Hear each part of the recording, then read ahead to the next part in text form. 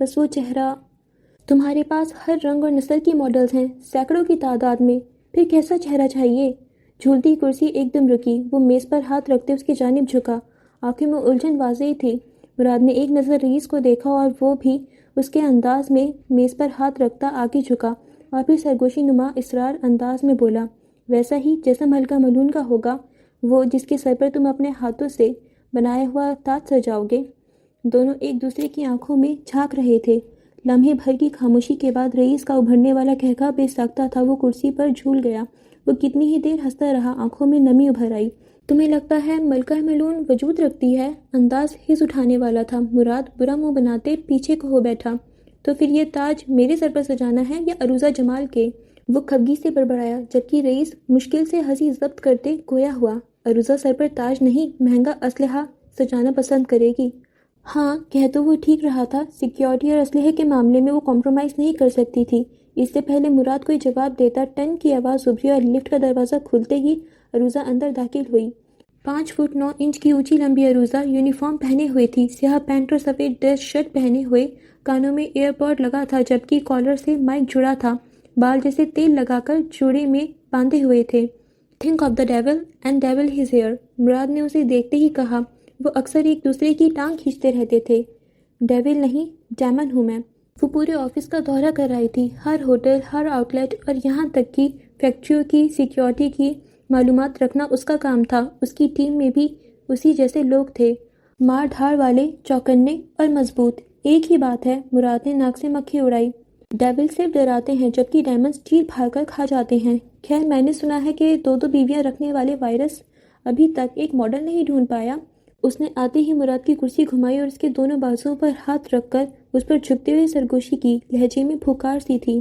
چہرہ مراد عالم کے چہرے کے اتنا قریب تھا کہ مراد اس کی سانسیں اپنے چہرے پر محسوس کر سکتا تھا۔ اس کی سٹی گم ہوئی، رئیس کی آنکھوں میں ستائش ابھری۔ عروضہ جمال کا یہی روپ تھا جو بدی کے بادشاہ کو پسند تھا۔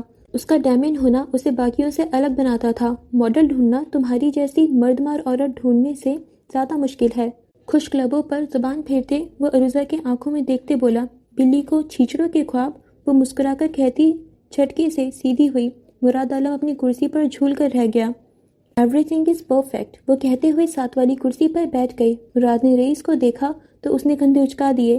ایسی بھی بات نہیں ہے، مجھے ایک لڑکی پسند آئی تھی پر اسے غرور زیادہ ہے۔ اسے فجر معراج پر غصہ آیا۔ آہا، تو یہ بات ہے، اور تم چاہتے ہو وہی لڑکی یہ شوٹ کرے؟ رئیس اب اس کی الجھن سمجھ چکا تھا۔ مراد کا دماغ جہاں اٹک جاتا وہاں سے ہلانا ناممکن تھا۔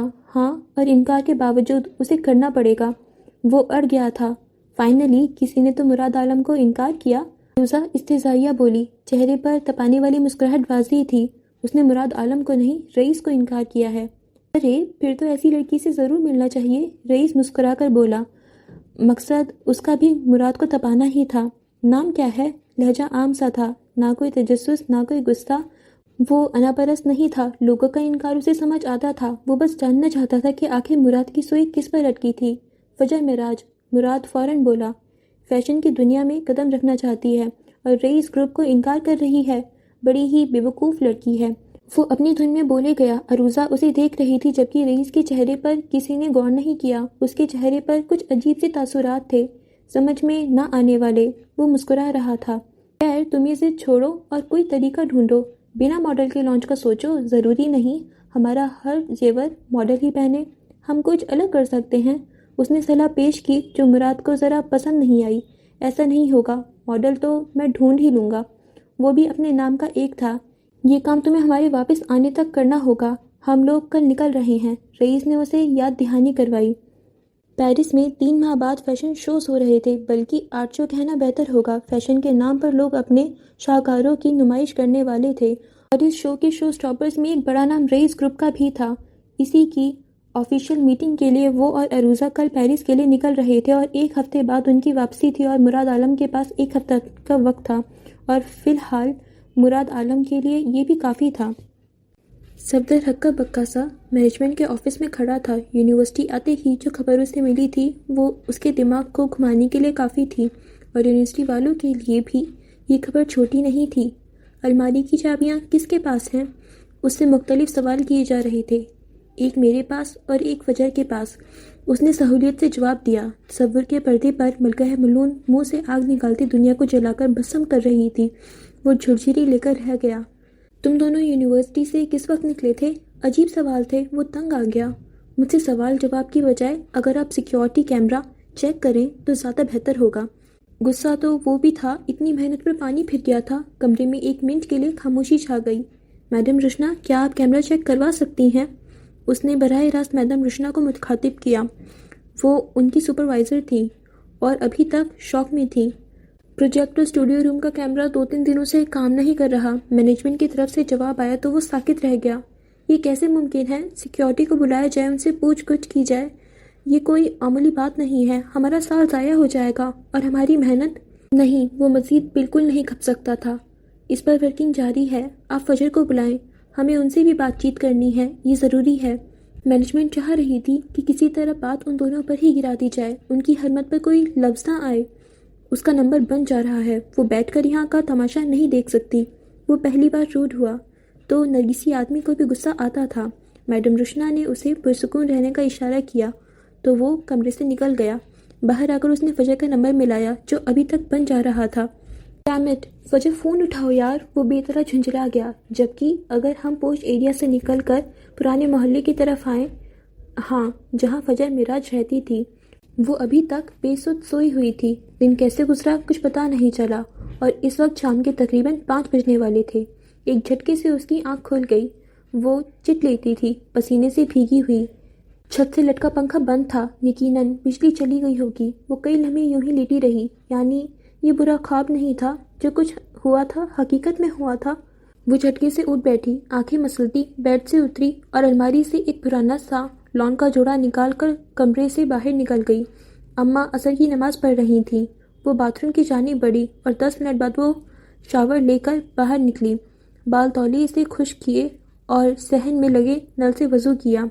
اس کا ارادہ نماز پڑھنے کا تھا، اللہ سے بات کرنی تھی اور ضروری بات تھی۔ اماں نے اسے وضو کرتے دیکھا تو دعا مانگ کر جائے نماز چھوڑتی اٹھ کھڑی ہوئیں۔ کچھ منٹوں بعد وہ بڑا سا دوپٹہ لپیٹے نماز پڑھ رہی تھی۔ چارپائی پر رکھا اس کا سامان اب ساتھ رکھی میز پر پڑا تھا۔ برآمدہ چھوٹا تھا، ایک جانب 4 کرسیاں، ان کے درمیان میز رکھی تھی اور ساتھ ہی ایک چارپائی پڑی تھی۔ وہ اب دعا مانگ رہی تھی، جبکہ اماں اس وقت چائے پیتی تھی۔ وہ نماز کے بعد چائے بنانے باورچی خانے میں گھس گئیں۔ اللہ، مجھ میں اتنا صرف نہیں ہے کہ میں ایسے لوگوں کو معاف کر دوں۔ میں اپنا بدلہ لوں گی، اور آپ جانتے ہیں فجر معراج کتنی بری ہے۔ میں بس چاہتی ہوں میں کچھ زیادہ برا نہ کروں۔ کچھ دیر بعد وہ اٹھ کھڑی ہوئی، آنکھوں میں نمی چمک رہی تھی۔ برآمدے میں لگا پنکھا گڑگڑ چلنے لگا۔ وہ سکون کا سانس لیتی اٹھ کھڑی ہوئی، جائے نماز طے کر کے رکھ دیا، چادر اتار کر چارپائی پر ڈال دی اور میز پر پڑے اپنے سامان کو دیکھا۔ آنکھیں اب ملکہ ملعون کا قہر ڈھا رہی تھیں۔ بالوں کو ڈھیلا سا فولڈ کر کے کلچر میں لگا لیا۔ اماں، مجھے بھی چائے پینی ہے۔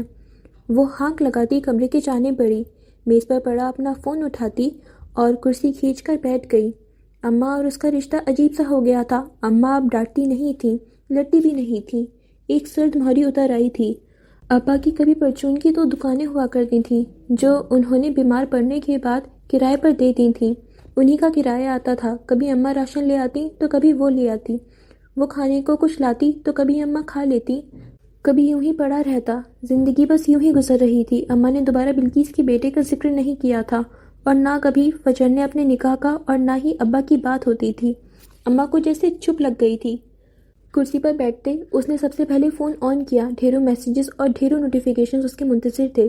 صدر نے کئی کالز اور کئی میسیجز کیے تھے۔ فجر نے کلاس کا گروپ کھولا۔ پوا فجر، اسے مینشن کیا جا رہا تھا۔ کچھ افسوس کر رہے تھے تو کچھ مذاق اڑا رہے تھے۔ 2000 کے قریب گروپ میں میسیجز تھے، وہ سارے نہیں پڑھ سکتی تھی۔ سوائپ کرتی اس کی انگلیاں ٹھہر گئیں۔ گائز، ہوٹل کی بکنگ ہو چکی ہے، سب تیار رہیں۔ کلاس کا گروپ پروجیکٹ کے اگلے دن ہی ٹرکلے نکل رہا تھا اور شو آف اس قدر کیا جا رہا تھا کہ ہوٹل کی بکنگ تک کی رسید بھیجی ہوئی تھی۔ سب کچھ فائنل تھا، اچھا خاصا پیسہ لگایا گیا تھا۔ بس انتظار تھا تو پروجیکٹ پریزنٹیشن کا کب ہو اور کب وہ لوگ نکلیں۔ 3 دن کا ٹور تھا۔ فجر کی آنکھیں چمک اٹھیں اور اگلے ہی پل اس نے گروپ بند کرتے گوگل اوپن کیا۔ رئیس گروپ کی ویب سائٹ سے اس نے مراد عالم کا نمبر نکالا اور اگلے ہی لمحے اس کی انگلیاں مراد عالم کا نمبر ڈائل کر رہی تھیں۔ ملکہ ملون کی آنکھیں قہر ڈھانے کو تیار تھیں۔ سر درد پہلے سے کافی کم تھا۔ اماں نے چائے کا کپ لا کر میز پر رکھ دیا۔ بیل جا رہی تھی لیکن وہ فون نہیں اٹھا رہا تھا۔ پھر اس نے رئیس گروپ کے ہیڈ آفس کا نمبر ملایا۔ ریسیپشن پر موجود لڑکی نے اٹھایا۔ مجھے مراد عالم سے بات کرنی ہے۔ سلام دعا کے بعد وہ مدعے پر آئی۔ آپ کی تعریف؟ دوسری جانب سے پوچھا گیا۔ وہ تو کسی سے برداشت نہیں ہوتی۔ فی الوقت آپ انہیں بتائیں کہ فجر معراج بول رہی ہوں۔ کمر کرسی سے ٹکا دی اور ٹانگیں سامنے رکھے میز پر لمبی کر لیں۔ اس کی تعریف کے لیے اس کا نام ہی کافی تھا۔ اوکے میم، آپ ویٹ کیجئے۔ فون ہولڈ پر رکھا ہوا تھا۔ اس دوران اسے صدر کی کالز آنے لگی۔ فجر نے دوسرے ہاتھ سے چائے کا کپ اٹھا لیا۔ چائے ابھی گرم تھی۔ ایک گھونٹ لینے کے بعد اس نے کپ واپس رکھ دیا۔ سر، کوئی فجر معراج آپ سے بات کرنا چاہ رہی ہیں۔ اے سی کی ٹھنڈک میں بیٹھا مراد عالم چوک سا گیا۔ اگلے ہی پل وہ مسکرا دیا۔ پیچھے ہو کر خود کو کرسی پر گرا لیا اور کال ٹرانسفر کرنے کا حکم دے دیا۔ کال ٹرانسفر ہو گئی۔ رئیس کو کوئی انکار نہیں کر سکتا۔ استہزاء بھری آواز رئیس ہیڈ آفس سے اڑی اور تیرتی ہوئی فجر کی سماعت سے جا کر ٹکرائی۔ کہہ تو آپ ٹھیک ہی رہے ہیں۔ چائے کا کپ پھر سے اٹھا کر لبوں سے لگا لیا۔ کیا فائدہ نہانے کا؟ گرم سیال تو پھر سے اندر انڈیل رہی تھی، لیکن ایک آتش فشاں کا بھلا گرم چائے کیا بگاڑ سکتی تھی؟ بس میں جانتا تھا تم مجھے کال ضرور کرو گی۔ کتنا اعتماد تھا اس کے لہجے میں، اور میری بدقسمتی کہ مجھے یہ کال کرنی پڑی۔ مراد عالم کا کہا بے ساختہ تھا۔ محترمہ، کتنی ماڈلز ہائر کر چکی ہیں اب تک؟ وہ طنز کے تیر بھگو بھگو کر مار رہا تھا۔ اور فجر معراج مر ہی نہ جائے۔ ڈھیٹ لوگ کہاں مرتے ہیں؟ پہلے تو آپ بتائیں کہ میری یونیورسٹی میں پروجیکٹ پریزنٹیشن کے نام پر ہونے والے فیشن شو کا چیف گیسٹ رئیس گروپ ہے نا؟ دوسری جانب پل بھر کو خاموشی چھا گئی۔ تمہیں کیسے پتا چلا؟ مراد عالم کی بھویں سکڑ گئیں۔ ملکہ ملون خبر پوری رکھتی ہے، وہ ایک ادا سے بولی۔ اماں اپنی چائے کی پیالی لیے اب چارپائی پر بیٹھ چکی تھیں۔ کنکھیوں سے فجر کو دیکھنے لگیں۔ اس کے پیروں میں اس کے ٹوٹے خواب کی کرچیاں پڑی تھیں۔ کٹا پھٹاسا برائڈل گاؤن۔ تو تم ہو ملکہ ملون؟ وہ تھوڑا حیران ہوا لیکن اپنی حیرانی پر جلدی قابو پا گیا۔ چہرے پر اب دلچسپی تھی۔ فجر معراج کے علاوہ اور کون ہو سکتی ہے؟ وہ اسی اعتماد سے بولی۔ گھوٹ گھوٹ چائے پیتی 22 سالہ فجر معراج 39 سالہ مراد عالم کو حیران کر رہی تھی۔ کیا چاہتی ہو؟ وہ مدعے پر آیا۔ فجر مسکرا دی۔ یونیورسٹی کا ایونٹ 3 دن آگے کرنا ہے، وہ بنا کسی توفق کے بولی۔ لہجہ واضح اور صاف تھا۔ کچھ پل خاموشی چھائی رہی اور پھر مراد عالم کا ابھرنے والا کہا بے ساختہ تھا، حس اٹھانے والا۔ کیوں؟ تمہارا کام مکمل نہیں ہوا؟ وہ طنزیہ بولا۔ لہجہ آگ لگانے والا تھا، پر جو پہلے ہی آتش فشاں ہو اسے کیا جلانا؟ کچھ ایسا ہی ہے۔ آپ بتائیں کر سکتے ہیں یا نہیں؟ یہ کوئی مذاق نہیں ہے۔ وہ اب سنجیدہ ہوا۔ ایک یونیورسٹی کا ایونٹ رئیس گروپ سے بڑا تو نہیں ہے؟ وہ بھی سنجیدہ تھی۔ اماں کے چہرے پر کئی سائے آئے اور گزر گئے۔ وہ خالی خالی نظروں سے فجر کو دیکھی گئی۔ کبھی کبھی انسان خود کنویں میں چھلانگ لگاتا ہے۔ آج انہیں یقین ہو گیا تھا۔ عالم کا نکارہ بچ چکا تھا، موت کا اعلان ہو چکا تھا۔ عنکبوت نے فجر معراج کے گرد عالم بننا شروع کیا۔ اور میں ایسا کیوں کروں گا؟ وہ مراد عالم یوں ہی نہیں تھا۔ کسی کو فیور دینا اسے پسند نہیں تھا، کیونکہ آپ کو شالے کے لانچ کے لیے میری ضرورت ہے۔ چائے کا کپ خالی ہو گیا تھا تو اس نے میز پر رکھ دیا۔ نکھری نکھری سی فجر معراج اپنے پیروں کو دیکھ رہی تھی۔ رئیس میں تمہاری جیسی لڑکیوں کی کمی نہیں ہے، دنیا بھر کا ٹیلنٹ بھرا پڑا ہے۔ رئیس میں ٹیلنٹ کی کوئی کمی نہیں ہے، میں مانتی ہوں۔ وہ سنجیدہ سی بولی۔ پھر تمہیں خود کو لے کر اس قدر خوش فہمی کیوں ہے؟ آبرو اچکا کر پوچھا گیا۔ وہ واقعی جاننا چاہتا تھا۔ کیونکہ رئیس کے ٹیلنٹڈ لوگ خواب نہیں بنتے، نائٹ میئرز بننے والی فجر معراج واحد ہے۔ یہ جینزی کے حد سے پر اعتماد لوگ جانے خود کو کیا سمجھتے ہیں۔ لیکن یہ کیا مراد عالم اس بات سے متاثر نظر آ رہا تھا؟ ہاں، آرٹسٹ لوگ خوابوں سے زیادہ نائٹ میئرز پر توجہ دیتے ہیں۔ انہیں ڈارکنیس کھینچتی ہے، انہیں برائی فیسینیٹ کرتی ہے۔ تو تم شوٹ کرو گی؟ وہ اب سنجیدہ نظر آ رہا تھا۔ میں لانچ میں مدد کروں گی۔ آپ فیور سمجھ لیں۔ لڑکی، تم رئیس گروپ کو فیور دو گی؟ وہ محظوظ ہوا۔ فیور تو میں اپنے باپ کو بھی نہ دوں، اور دینے پر آؤں تو رئیس کے باپ کو بھی دے دوں، پر فی الوقت میں بقا کی جنگ لڑ رہی ہوں، تو آپ فیور کے بدلے فیور سمجھ لیں۔ دوسری جانب خاموشی چھا گئی۔ یہ ناممکن ہے، اس نے صاف انکار کیا۔ مجھے نہیں لگتا مراد عالم کے لیے ناممکن کا لفظ ایگزسٹ بھی کرتا ہے۔ وہ محظوظ ہوئی۔ انداز تپانے والا تھا، بھڑکانے والا تھا۔ تم مجھے مینیپولیٹ کر رہی ہو؟ مراد عالم کی بھویں اٹھی ہوئی تھیں، چہرے کے نقوش خفگی سے بھرے ہوئے تھے۔ فجر معراج کو مینیپولیشنز نہیں پسند، پر افسوس کے لوگ ہو جاتے ہیں۔ بس اعتماد ہو تو اتنا ہو، مراد عالم کچھ نہ بول پایا۔ سوچ لے، آپ کا فائدہ ہے، میں اس خبر کا انتظار کروں گی۔ اس نے فون بند کیا اور موبائل آف کر کے میز پر پھینک دیا۔ گہرا سانس لیتے خود کو نارمل کیا۔ اس کے پیروں کے قریب اس کا ٹوٹا پھوٹا خواب پڑا تھا۔ فجر نے ایک نظر دیکھا اور آنکھیں میچ لیں۔ کبھی کبھی راستے کی رکاوٹیں قدرت کی طرف سے اشارہ ہوتی ہیں کہ ہمیں آگے نہیں بڑھنا چاہیے، قدم روک لینے چاہیے۔ اماں نے بڑے دنوں بعد ایسی کوئی بات کہی تھی۔ آج ان کا لہجہ مختلف تھا، جیسے کسی پڑھی لکھی عورت کا ہو۔ وہ فجر کے پیروں میں پڑے کٹے ہوئے گاؤن کے ٹکڑے دیکھ رہی تھی۔ ان کے چہرے پر عجیب سی مردنی تھی، کرب تھا، استحضاء تھا، اپنے لیے، فجر کے لیے۔ فجر نے آنکھیں کھولی اور رخ موڑ کر انہیں دیکھا۔ انہوں نے نظریں کپڑے سے ہٹا کر فجر پر جما دیں۔ رک جاؤ فجر، تم کنویں کی جانب بڑھ رہی ہو، وہ دنیا اندھا کنواں ہے، فرار کا راستہ بھی نہیں ملے گا۔ فجر حیرت سے انہیں تکے گئی۔ عجیب تھا آج، ان کی باتیں یا پھر ان کا لہجہ یا پھر وہ خود الگ سی تھیں۔ اماں، اس نے اماں کی جانب رخ پلٹتے انہیں پکارا۔ فجر معراج کو موت قبول ہے، ہار نہیں، ملکہ ملون نے گردن اکڑا کر جواب دیا۔ اماں جانتی تھی، وہ ٹھیک کہہ رہی تھی۔ اس کی باتیں سنتے ہی اماں کے چہرے پر استحضائیہ مسکراہٹ پھیل گئی۔ پھر موت قبول کرو فجر معراج، موت قبول ہو، وہ عجیب سے لہجے میں کہتی اٹھ کھڑی ہوئیں، جبکہ فجر الجھ گئی تھی۔ اماں اٹھ کر اپنے کمرے میں گھس گئیں، جبکہ فجر نے گہرا سانس لیا۔ وہ دل ہی دل میں دعا کر رہی تھی کہ مراد عالم کسی طرح ایونٹ آگے کروا دے۔ بس 3 دن، بس 3 دن، کیا ہو جاتا اگر وہ آگے کروا دیتا؟ باہر صحن میں سورج کے سائے لمبے ہوتے جا رہے تھے۔ وہ کرسی سے پشت ٹکاتی آنکھیں بند کیے یوں ہی بیٹھی رہی۔ دماغ میں آوازوں کا کہرام بھر پایا تھا، لوگوں کی آوازیں، تکلیف دہ آوازیں، اور ان آوازوں میں اپنے دل کی، اپنے دماغ کی سننا بہت مشکل ہوتا ہے۔ پورا دن کسی فلم کی طرح گھومنے لگا اور جیسے کیمرہ آ کر ارسل برہان پر سلو ہو گیا، دل میں درد کی عجیب سی ٹیس اٹھی۔ کتنا تکلیف دہ تھا اسے نظر انداز کرنا، پر اب تو کر دیا تھا، اور پہلا قدم کبھی بھی آخری قدم نہیں ہوتا۔ غم پروسیس کرنے میں وقت لگتا ہے، پہلے غم کو ایکسیپٹ کرنا، پھر اسے پروسیس کرنا اور آخر میں اس سے ایگزٹ لینا ایک لمبا طریقہ ہے۔ اور فجر معراج دوسرے اسٹیج پر تھی۔ وہ غم قبول کر چکی تھی، اب پروسیسنگ میں تھی اور ایگزٹ رہ جاتا۔ کیا وہ یہ سب کر پائے گی؟ ایڈنبرگ میں پیراماؤنٹ کلب اس وقت میوزک کی اونچی آوازوں سے گونج رہا تھا۔ وہ کلب جو ایلیٹ کلاس کے لیے تھا، وہ کلب جہاں تک میڈیا کی رسائی نہیں تھی اور جہاں عام لوگ نہیں جا سکتے تھے۔ کاؤنٹر کے قریب رکھے اسٹول پر بیٹھا ولیم عجیب سی کیفیت کا شکار تھا اور اس کے ساتھ ہی بیٹھا نیل حیران تھا۔ کوئی اور موقع ہوتا تو یہاں آنے پر بہت خوش ہوتا، پر حالات مختلف تھے۔ وہ ولیم کے ساتھ پہلی بار کسی ایسے کلب میں آیا تھا، اور وہ بھی اس کی ضد پر، کیونکہ وہ ٹھیک نہیں تھا۔ وہ کیوں ٹھیک نہیں تھا؟ آخر اسے کیا ہو گیا تھا؟ One more please. اس نے انگلیوں سے پکڑے چھوٹے سے گلاس کو کاؤنٹر پر رکھا اور کاؤنٹر کے پیچھے کھڑے لڑکے نے اسے وسکی سے بھر دیا۔ وہ پہلی بار ڈرنک کر رہا تھا۔ ولیم، بس کرو۔ نیل نے اس کا ہاتھ پکڑا۔ چھوڑو مجھے۔ اس نے نیل کا ہاتھ جھٹک دیا۔ انداز میں جھنجھلاہٹ تھی۔ نیلی، لال اور نہ جانے کتنے رنگوں کی روشنیاں ان کا وجود نمایاں کرنے کی کوشش کر رہی تھیں۔ بجتے گلاس، تھر تھراتے وجود اور چیختے چلاتے جوان، سب خوش تھے، سب مگن تھے۔ نیل کو اندازہ نہیں تھا وہ یوں ڈرنک کرے گا۔ وہ تو صرف یہ سوچ کر اسے لے آیا تھا کہ شاید اس کا ذہن ٹھیک ہو جائے گا۔ نینی نے اس کی ایسی تربیت نہیں کی تھی، اور نہ نیل کی کمپنی ایسی تھی۔ وہ تو کیمپنگ ٹائپ لڑکے تھے، پر اسے ایسا کیا ہوا تھا جو ولیم کو اس حد تک آنا پڑا؟ ولیم اٹھو، ہمیں گھر جانا ہے۔ نیل اپنے اسٹول سے اتر کر اسے اٹھانے کی کوشش کرنے لگا، جبکہ ولیم کو شاید ہی زندگی میں کبھی اتنا سر درد محسوس ہوا ہوگا جتنا ابھی ہو رہا تھا۔ پوری دنیا اسے گھومتی محسوس ہو رہی تھی، آنکھیں پانی سے بھری ہوئی تھیں۔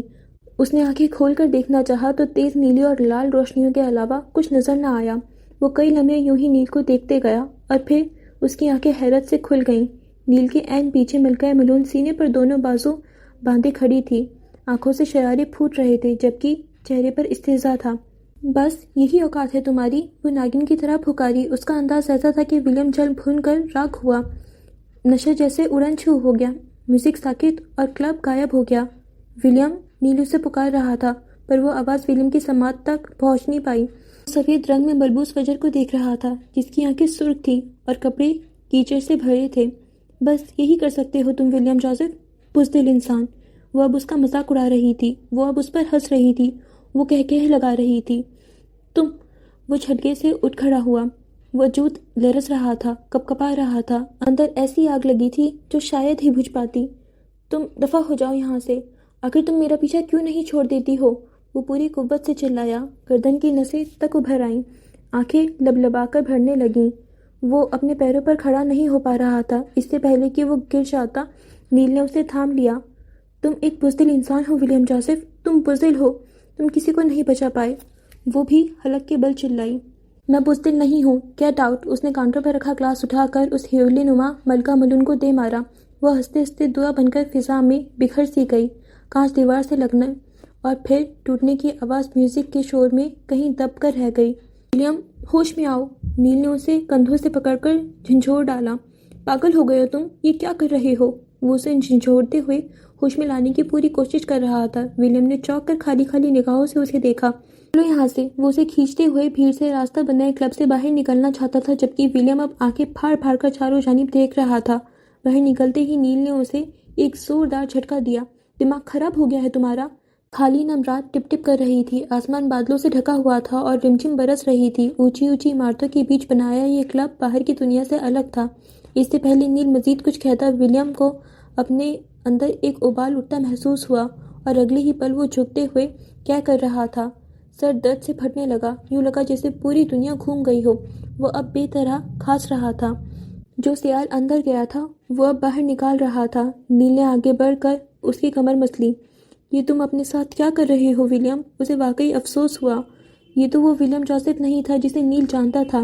ولیم نے سیدھے ہوتے بازو سے منہ پوچھ لیا، آنکھوں سے ٹپ ٹپ پانی بہہ رہا تھا۔ ٹھنڈی ہوا ہڈیوں میں گھسے جا رہی تھی۔ آئی ہیٹ ہر، آئی ہیٹ ہر، وہ بے بسی سے کہتا نیل کے کندھے پر ڈھہ گیا۔ اسے فجر میراج سے نفرت ہو رہی تھی۔ یہ سب اس کی وجہ سے ہو رہا تھا۔ نہ وہ اس کی زندگی میں آتی، نہ یہ سب ہوتا۔ نیل تو پل بھر کے لیے ساکت رہ گیا۔ نینسی کے جانے کے بعد بھی اس کی اتنی بری حالت نہیں ہوئی تھی۔ ہاں، اس نے ٹھیک ہی کہا تھا، فجر معراج اس کی موت تھی، موت۔ کچھ دیر بعد وہ دونوں ٹیکسی میں بیٹھے جارجر پیلس کے جانب جا رہے تھے۔ کہہ کر کے ولیم کی حالت بری ہو چکی تھی۔ وہ دونوں ہاتھوں میں سر تھامے نیل کی گود میں سر رکھے لیٹا تھا، جبکہ نیل کبھی اتنا نہیں گھبرایا تھا۔ وہ اس کا سر دبانے کی کوشش کر رہا تھا۔ اس نے کئی بار سوچا کہ جارج کو فون کر کے ولیم کی حالت کا بتائے، پھر ارادہ ملتوی کر دیا۔ پیلس پہنچنے کے بعد وہ اس کا ایک بازو اپنے کندھے پر ڈالتے اسے سنبھالتے ہوئے اندر لایا تھا۔ لاؤنج میں نینی بے چین سی اس کا انتظار کر رہی تھی۔ ولیم، وہ تڑپ کر اس کی جانب بڑھی۔ کیا ہوا ہے اسے؟ وہ اب اسے تھامتے نیل کو پوچھنے لگی، جو نظریں چرا رہا تھا۔ ان کی سالوں کی تربیت پر کیسے منٹوں میں پانی پھیر دیا تھا، جبکہ نیل کو اپنی بیوقوفی کا شدت سے احساس ہوا۔ آخر وہ اسے یہاں کیوں لایا تھا؟ اسے ولیم کو اپنے گھر لے جانا چاہیے تھا۔ وہ طبیعت خراب ہے۔ اپنے کندھے سے اس کا بازو ہٹایا تاکہ وہ اپنے پیروں پر کھڑا ہو سکے۔ ولیم نے آنکھیں کھول کر انہیں دیکھا۔ نینی کا عکس دھندلا سا نظر آیا۔ دیواروں پر لگی مشالوں کی لٹیں پھڑپھڑانے لگیں۔ جانے کون سی کھڑکی کھلی رہ گئی تھی جو نیل کو ٹھنڈی ہوا اپنی ہڈیوں تک گھستی محسوس ہوئی۔ نینی، وہ لڑکھڑا گیا، اور اس کے ساتھ نینی کا وجود بھی۔ زمانہ شناس عورت جان گئی تھی، وہ حواس میں نہیں تھا۔ نینی، وہ پھر سے انہیں پکارنے لگا، ان کے جانب بڑھا، جو پھٹی پھٹی نگاہوں سے اسے دیکھ رہی تھیں۔ You know what, I hate her, she is so الفاظ بے ترتیب سے تھے۔ ولیم، نیل نے اس کا رخ اپنی جانب کرنے کی کوشش کی، پر وہ اٹھلا کر نینی کے جانب متوجہ رہا۔ او نینی، آپ ایسے کیوں دیکھ رہی ہیں؟ باقی الفاظ اس کے منہ میں رہ گئے۔ سیاہ فام نینی کا ہاتھ اٹھا اور چٹاک کی آواز ابھری۔ ولیم لڑکھڑا کر نیل سے ٹکرا گیا۔ نیل کا دل اچھل کر حلق میں آ گیا۔ زندگی میں پہلی بار نینی نے ولیم پر ہاتھ اٹھایا تھا۔ ان کے چہرے پر کرب، تعصب اور بے یقینی رقم تھی۔ آنکھیں چھلک جانے کو بےتاب تھیں۔ ولیم کا نشہ جیسے اڑن چھو ہو گیا۔ اس نے بے ساختہ اپنے گال پر ہاتھ رکھا جو بے طرح چل رہا تھا۔ پھر اس نے سیدھا کھڑے ہونے کی بھرپور کوشش کی۔ ایک جھٹکے سے نیل کا ہاتھ ہٹا دیا۔ اب وہ سیدھا کھڑا تھا، آنکھوں میں نمی لیے وہ نینی کو دیکھتا رہا۔ دونوں کی آنکھیں رمجھم برسنے کو تیار تھیں۔ نینی، اس نے پھر سے نینی کو پکارا، پر اس بار لہجے میں کرب تھا، تکلیف تھی۔ اس نے مسکرانے کی کوشش کی، پر نہیں مسکرایا گیا۔ اگلے پل پھر سے مسکرانے کی کوشش کی، اس بار وہ ہنس دیا، آنکھوں سے آنسو پوچھ ڈالے، پھر جبڑے بھینچ لیا، اور اگلے ہی پل وہ پھوٹ پھوٹ کر رو دیا۔ نینی کا دل سینے میں ٹوٹ پھوٹ کر شکار ہوا۔ اس سے پہلے وہ کچھ کہتی، ولیم آگے بڑھ کے ان سے لپٹ گیا۔ کیا ہو گیا ہے تمہیں ولیم؟ ان کے کندھے پر تھوڑی جمائے جھکا ہوا تھا۔ آنکھوں سے آنسو ٹوٹ ٹوٹ کر نینی کی انہی بازوؤں میں جذب ہونے لگے۔ نینی، میں ٹھیک نہیں ہوں، میں میں نینی نے اپنے بازو تڑپتے سکھتے ولیم کے گرد پھیلا دیے۔ سالوں کا غبار وہ اپنے اندر لیے پھرتا تھا۔ وہ آج نکل رہا تھا۔ وہ رو رہا تھا، اپنی تکلیف بیان کر رہا تھا۔ نیلو نے نم آنکھوں سے دیکھتے بے ساختہ مسکرا دیا۔ اگلی صبح بہت روشن تھی۔ ولیم کے کمرے کی کھڑکی بند تھی، سفید پردے ہٹے ہوئے تھے اور چمکیلی دھوپ چھن کر اندر آ رہی تھی۔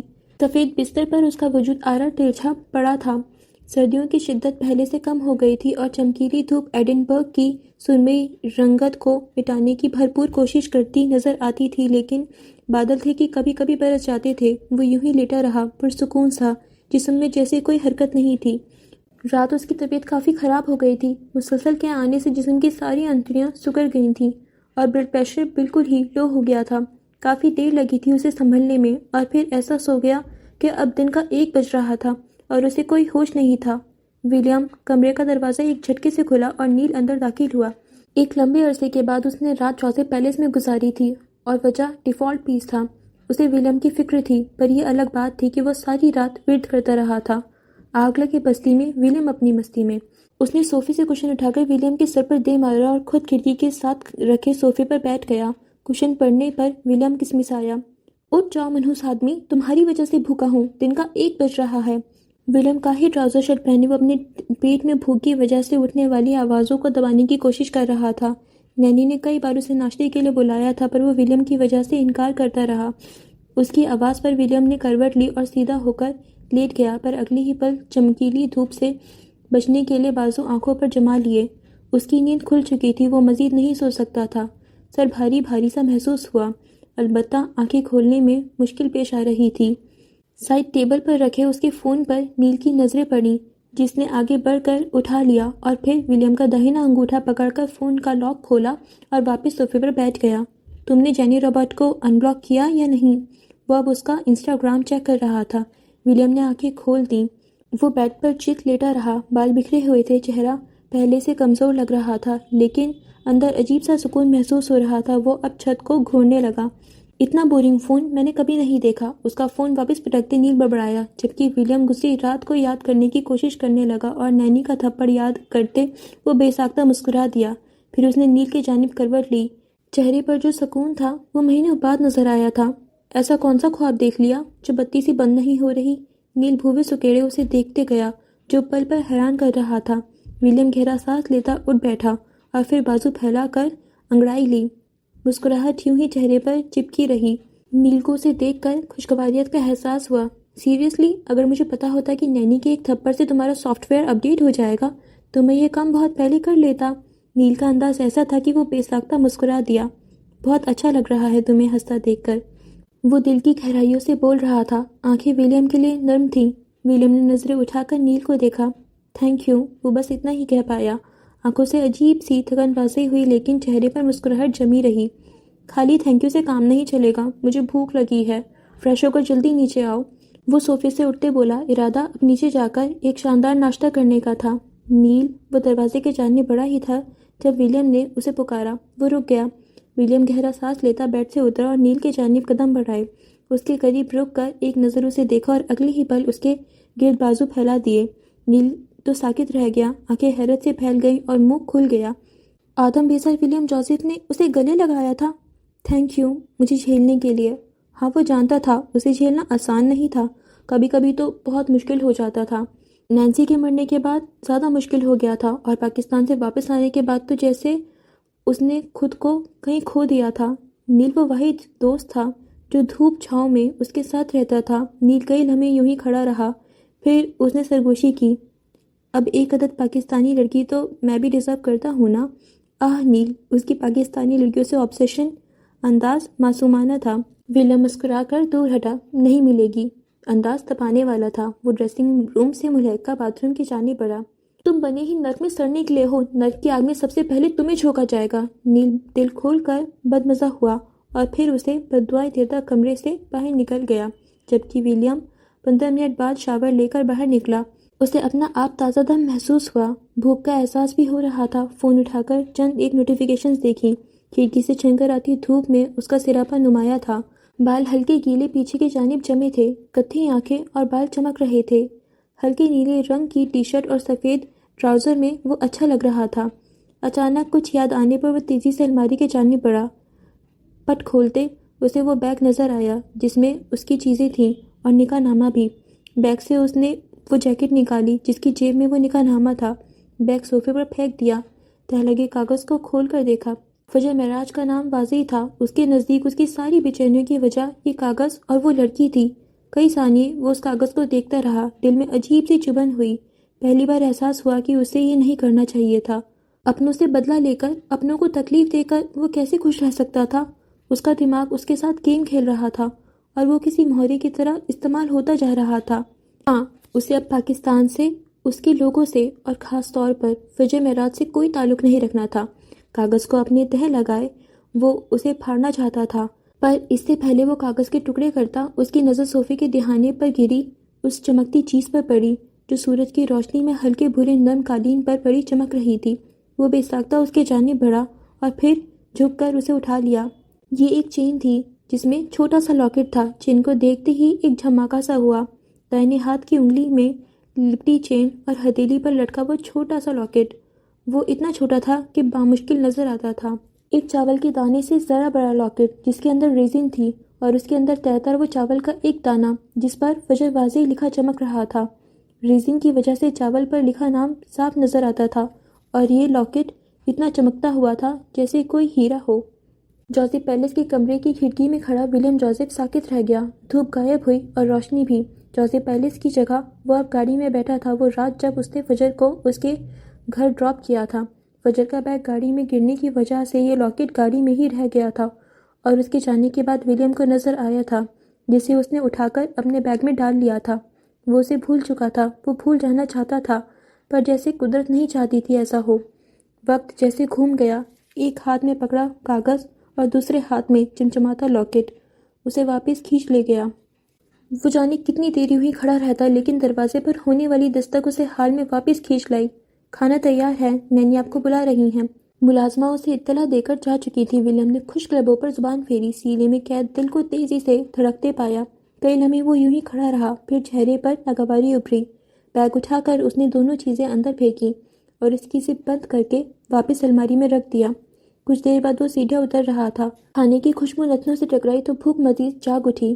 آج موسم اچھا تھا، نسا بھی گھر ہی تھی۔ قسم سے نینی، کیا تھپڑ مارا تھا آپ نے؟ آئے ہائے، میں تو فین ہی ہو گیا۔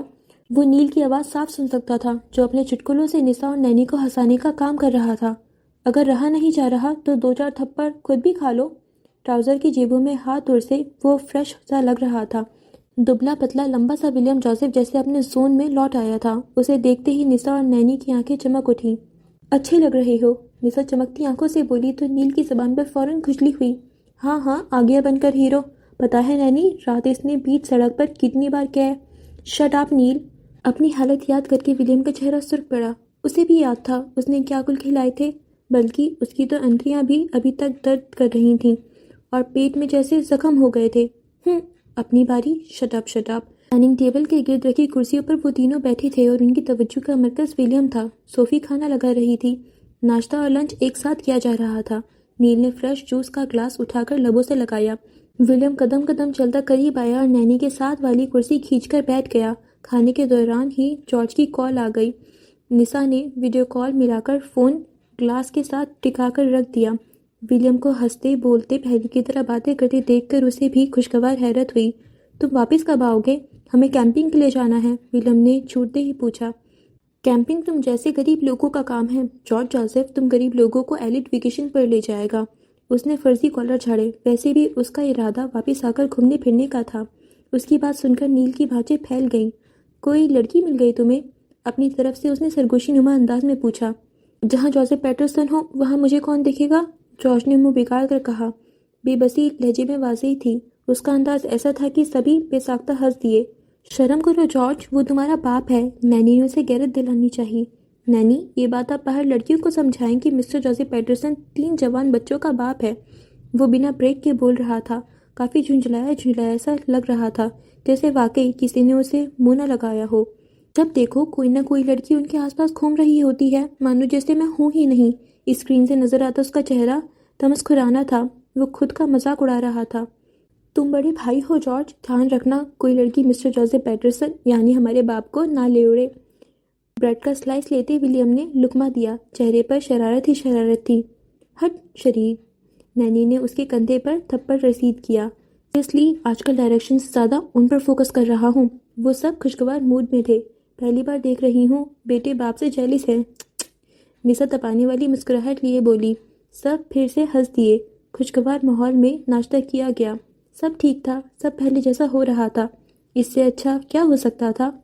کئی گھنٹوں کی ہمت جمع کرنے اور سوچ بچار کرنے کے بعد بالآخر فجر نیا ڈیزائن تیار کر رہی تھی۔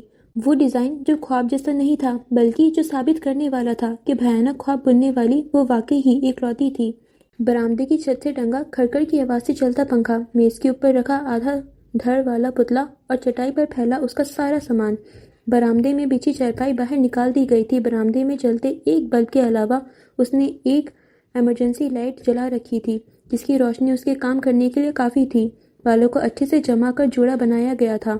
ناک پر رکھی اینک سے جھانکتی سنجیدہ آنکھیں اپنی نائٹ میئر کو وجود دینے کے لیے تیار تھیں۔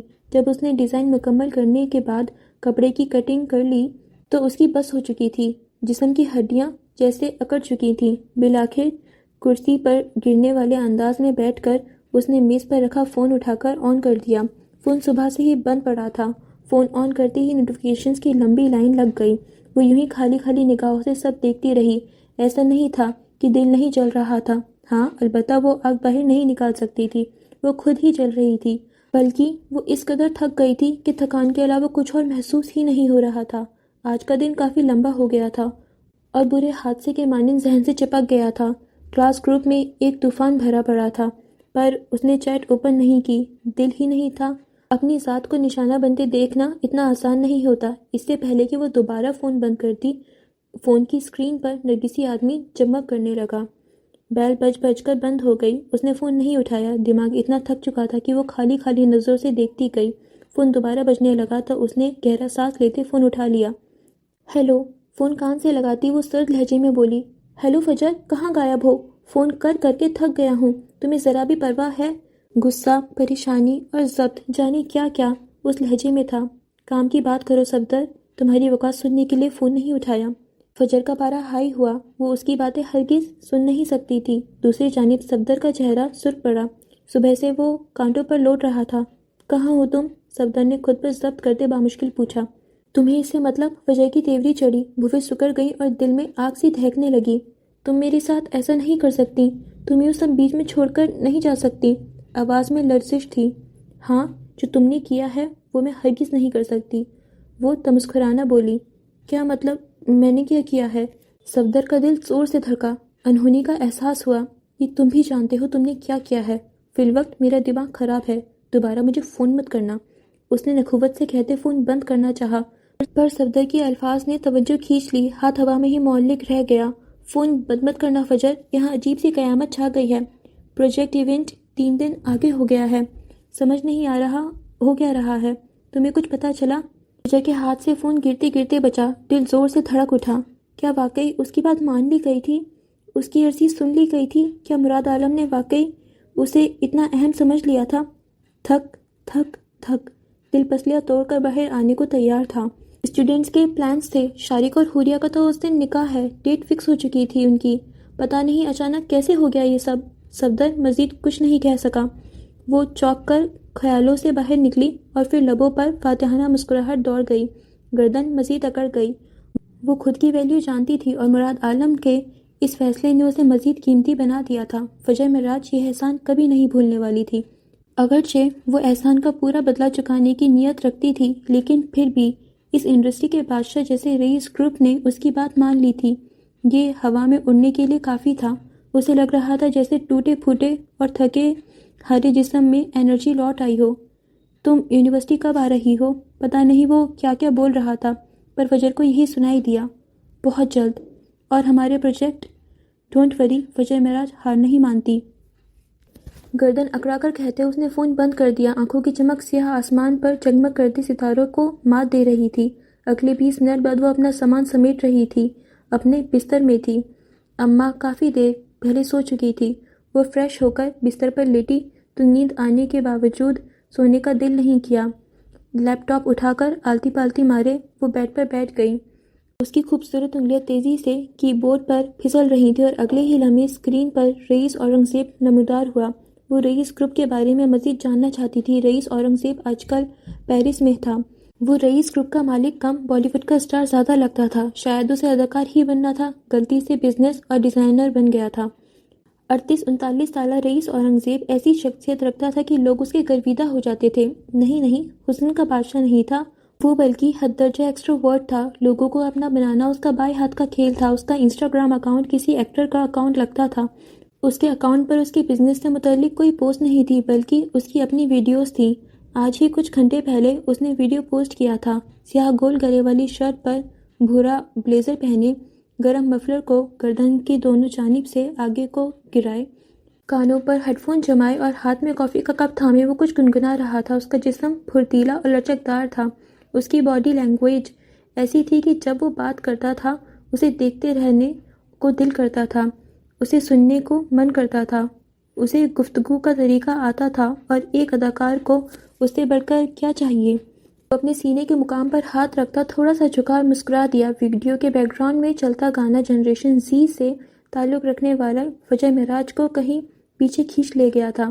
اسے دیکھنا اور ایکسپلور کرنا اچھا لگ رہا تھا۔ اس کی ویڈیو پر کچھ ہی گھنٹوں میں ملینز ویوز آ جاتے تھے۔ ویڈیو میں وہ پیرس میں گھوم رہا تھا۔ اس کی مسکراہٹ ایسی تھی کہ 2 گھڑی دیکھتے دل لگتا۔ اس کی شخصیت مغناطیس تھی۔ یقیناً وہ خود کو فٹ رکھنے کے لیے کئی گھنٹے ورزش کرتا ہوگا۔ فجر بے ساختہ اسے دیکھے گئی۔ کچھ لوگ ایسے ہوتے ہیں جو بے پناہ حسین نہیں ہوتے، پر ان کی شخصیت مغناطیس ہوتی ہے۔ فی الوقت رئیس اورنگزیب فجر کو ویسا ہی لگا تھا، مغناطیس شخصیت رکھنے والا مشرقی مرد۔ جیسے ہی اس نے کامنٹ باکس اوپن کیا، اس کے کانوں سے دھوئیں نکلنے لگے۔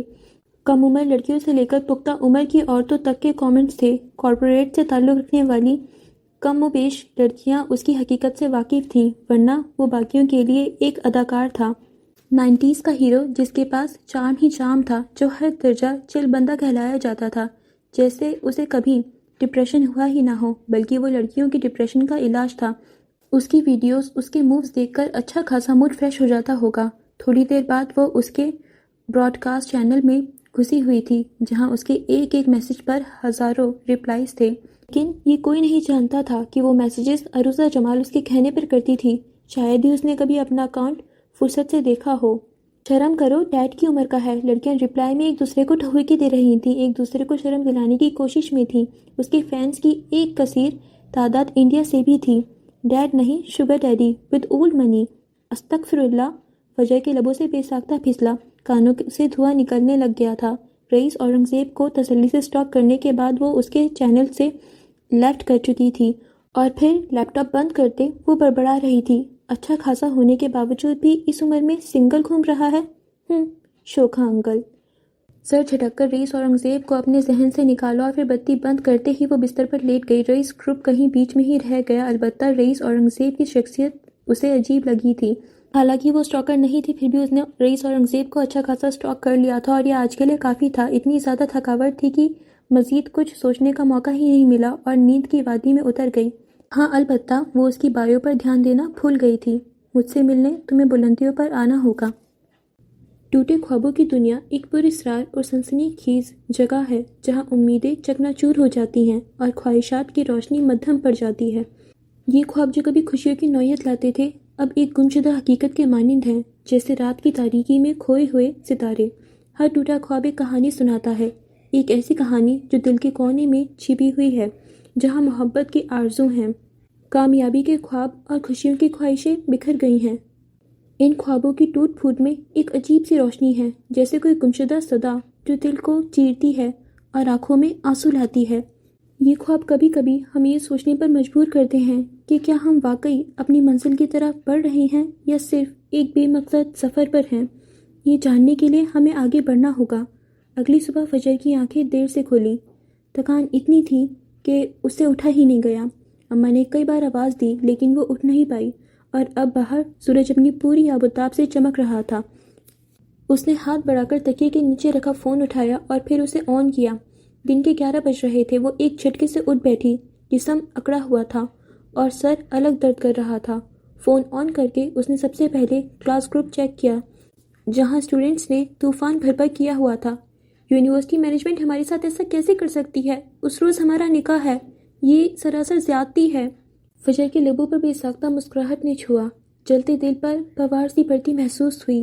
جہاں کل تک اس کا مذاق اڑایا جا رہا تھا، وہیں آج سب اپنے لیے رو رہے تھے۔ اسے تکلیف دینے والے چند اسٹوڈنٹس ہوں گے، باقی سب تماشائی تھے۔ سب نے اسے میدان میں اترنے پر مجبور کر دیا تھا۔ اب وہ اتر آئی تھی تو رونا کیسا؟ ابھی کھیل ختم نہیں ہوا تھا۔ وہ مسکرا کر اٹھ بیٹھی۔ اس کا ارادہ فریش ہو کر کام کرنے کا تھا، لیکن جیسے ہی وہ بیڈ سے اتری تو فون بج اٹھا۔ انجان نمبر سے فون تھا۔ وہ کئی لمحے فون کو دیکھتی رہی، پھر کال اٹینڈ کر کے فون کان سے لگایا۔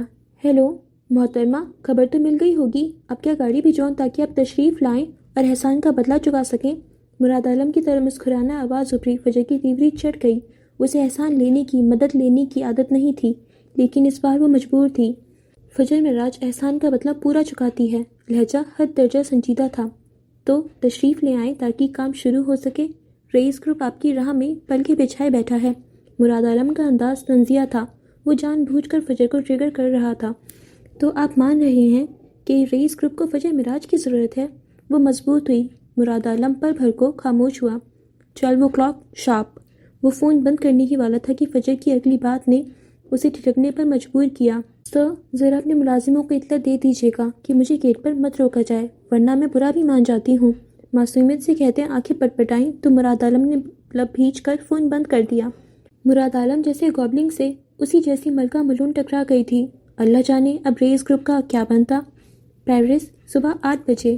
پیرس کی صبح خوشگوار تھی۔ موسم نہ گرم تھا نہ سرد، بلکہ ٹھنڈی ہوائیں اور چمکیلی سی دھوپ میں لاکھوں سیاح اپنی سیاحیت کو خوشگوار بنانے میں مگن تھے۔ ہنسی بکھیرتے جوڑے محبت کی تاریکی کو محسوس کرتے نظر آتے تھے۔ ایسی ہی صبح میں ہوٹل گرینڈ کے عالیشان کمرے کی کھڑکی میں کھڑا رئیس اس وقت مصروف نظر آتا تھا۔ دائیں ہاتھ میں نازک سا سفید کپ تھامے، جس کے پیندے میں بلیک ٹی واضح تھی۔ دوسرے ہاتھ ٹراؤزر کی جیب میں ڈالے وہ کان میں لگے ایئرپورٹ سے ابھرتی آواز سن رہا تھا۔ یہاں سے قداور آئیفل ٹاور واضح نظر آتا تھا۔ ٹچ فریشتہ رئیس اس پہر اچھا لگ رہا تھا۔ سفید ٹی شرٹ سے اس کے کسرتی بازو نمایاں تھے، درمیانہ قد اور گندمی رنگت سورج کی مدھم دھوپ میں دمک رہے تھے۔ تم چاہتے کیا ہو رئیس؟ تم شادی کے لیے ہاں کیوں نہیں کر رہے ہو؟ آخر ترنم کب تک اپنی بیٹی کو بٹھائی رکھے گی؟ دوسری جانب سے ایک نفیس سی آواز سنائی دی جس میں پریشانی واضح تھی۔ جب تک رئیس زندہ ہے اس لڑکی پر صرف رئیس کا حق ہے، چاہے یہ شادی ہو یا نہ ہو۔ بلیک ٹی کا گھونٹ بھرتے اس نے قدرے سکون سے کہا، اور مجھے سمجھ نہیں آتا کہ اچانک آپ لوگوں کو کیا ہو گیا ہے۔ پہلے تو ترنم بیگم مانتی نہیں تھی کہ ان کی بیٹی ابھی چھوٹی ہے، اب اچانک جلدی کیوں ہے؟ وہ بھوی سکیڑے بولا تو فون کے اس پر میلوں دور بیٹھی عورت کا دل کانپ اٹھا۔ وہ اب بڑی ہو چکی ہے رئیس۔ پچھلی بار میں تمہاری نہ کرنے کے باوجود تاریخ طے کر آئی تھی، لیکن معراج کے انتقال کی وجہ سے نکاح نہیں ہو پایا۔ میں چاہتی ہوں اب تمہارا گھر بس جائے۔ شادی کی یہی عمر ہے، اس سے لیٹ کیا ہوگا؟ وہ ماں تھی، پریشان تھی، لیکن پریشانی سے زیادہ ڈری ہوئی تھی۔ انہونی سے انجان خوف تھا جو پیچھا نہیں چھوڑتا تھا۔ ڈر کس بات کا ہے آپ کو؟ ٹھنڈے لہجے میں کہتا وہ بلقیس بیگم کو ساکت کر گیا۔ معراج الدین کی بیٹی کے بے وفا ہونے سے ڈرتی ہیں آپ؟ کہیں وہ مجھ سے انکاری نہ ہو جائے، ہے نا؟ وہ بدی کا بادشاہ اپنی ماں سمیت ہر انسان کی سوچ کو اندر تک پڑھ لیتا تھا۔ کتنے بھی پل بلقیس بیگم کچھ بول نہ پائیں۔ دل دھک دھک کر رہا تھا۔ وہ جانتی تھی آسیہ ترنم اور معراج الدین کی بیٹی باغی تھی۔ وہ اس رشتے سے انکاری تھی۔ وہ یہ شادی نہیں کرنا چاہتی تھی۔ بچپن سے اس کے کانوں میں اس رشتے کی بات ڈالنے کے باوجود وہ انکاری تھی۔ وہ اس رشتے کو کسی کھاتے میں نہیں لاتی تھی۔ ترنم کی باتوں سے پتہ چلتا تھا ان کی بیٹی آج تک بلقیس بیگم سے نہیں ملی تھی۔ وہ یہ بھی جانتی تھی جب بھی یہ شادی ہوتی ان کی بیٹی کی مرضی کے خلاف ہوتی، لیکن یہی طے تھا۔ سالوں پہلے جو طے پایا تھا وہ تو ہونا ہی تھا، اور تم انتظار کر رہے ہو اس کے بے وفا ہونے کا۔ وہ بھی ماں تھی، اور اولاد کو ماں سے بہتر کون جانتا ہے؟ ہاں، تاکہ اس کی سینے میں اپنے ہاتھوں سے گولی اتار سکوں۔ سکون سے کہتا وہ بلقیس بیگم کا سکون آرام برباد کر گیا۔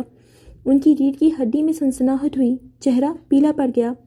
رئیس، وہ نادان ہے، کم عمر ہے، تم تو سمجھدار ہو۔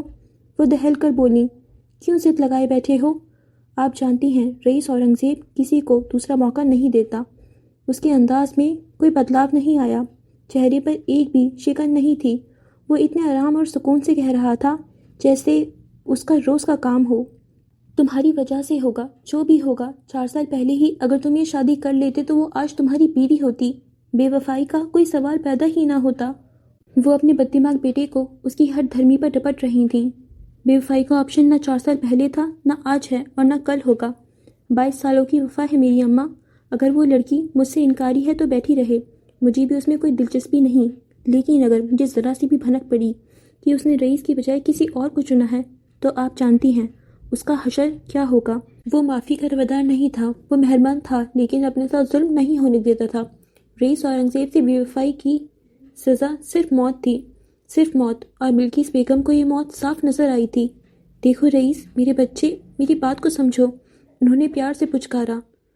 تم اس سے شادی نہیں کرنا چاہتے تو آزاد کر دو اسے، لیکن یہ سزا نہ دو۔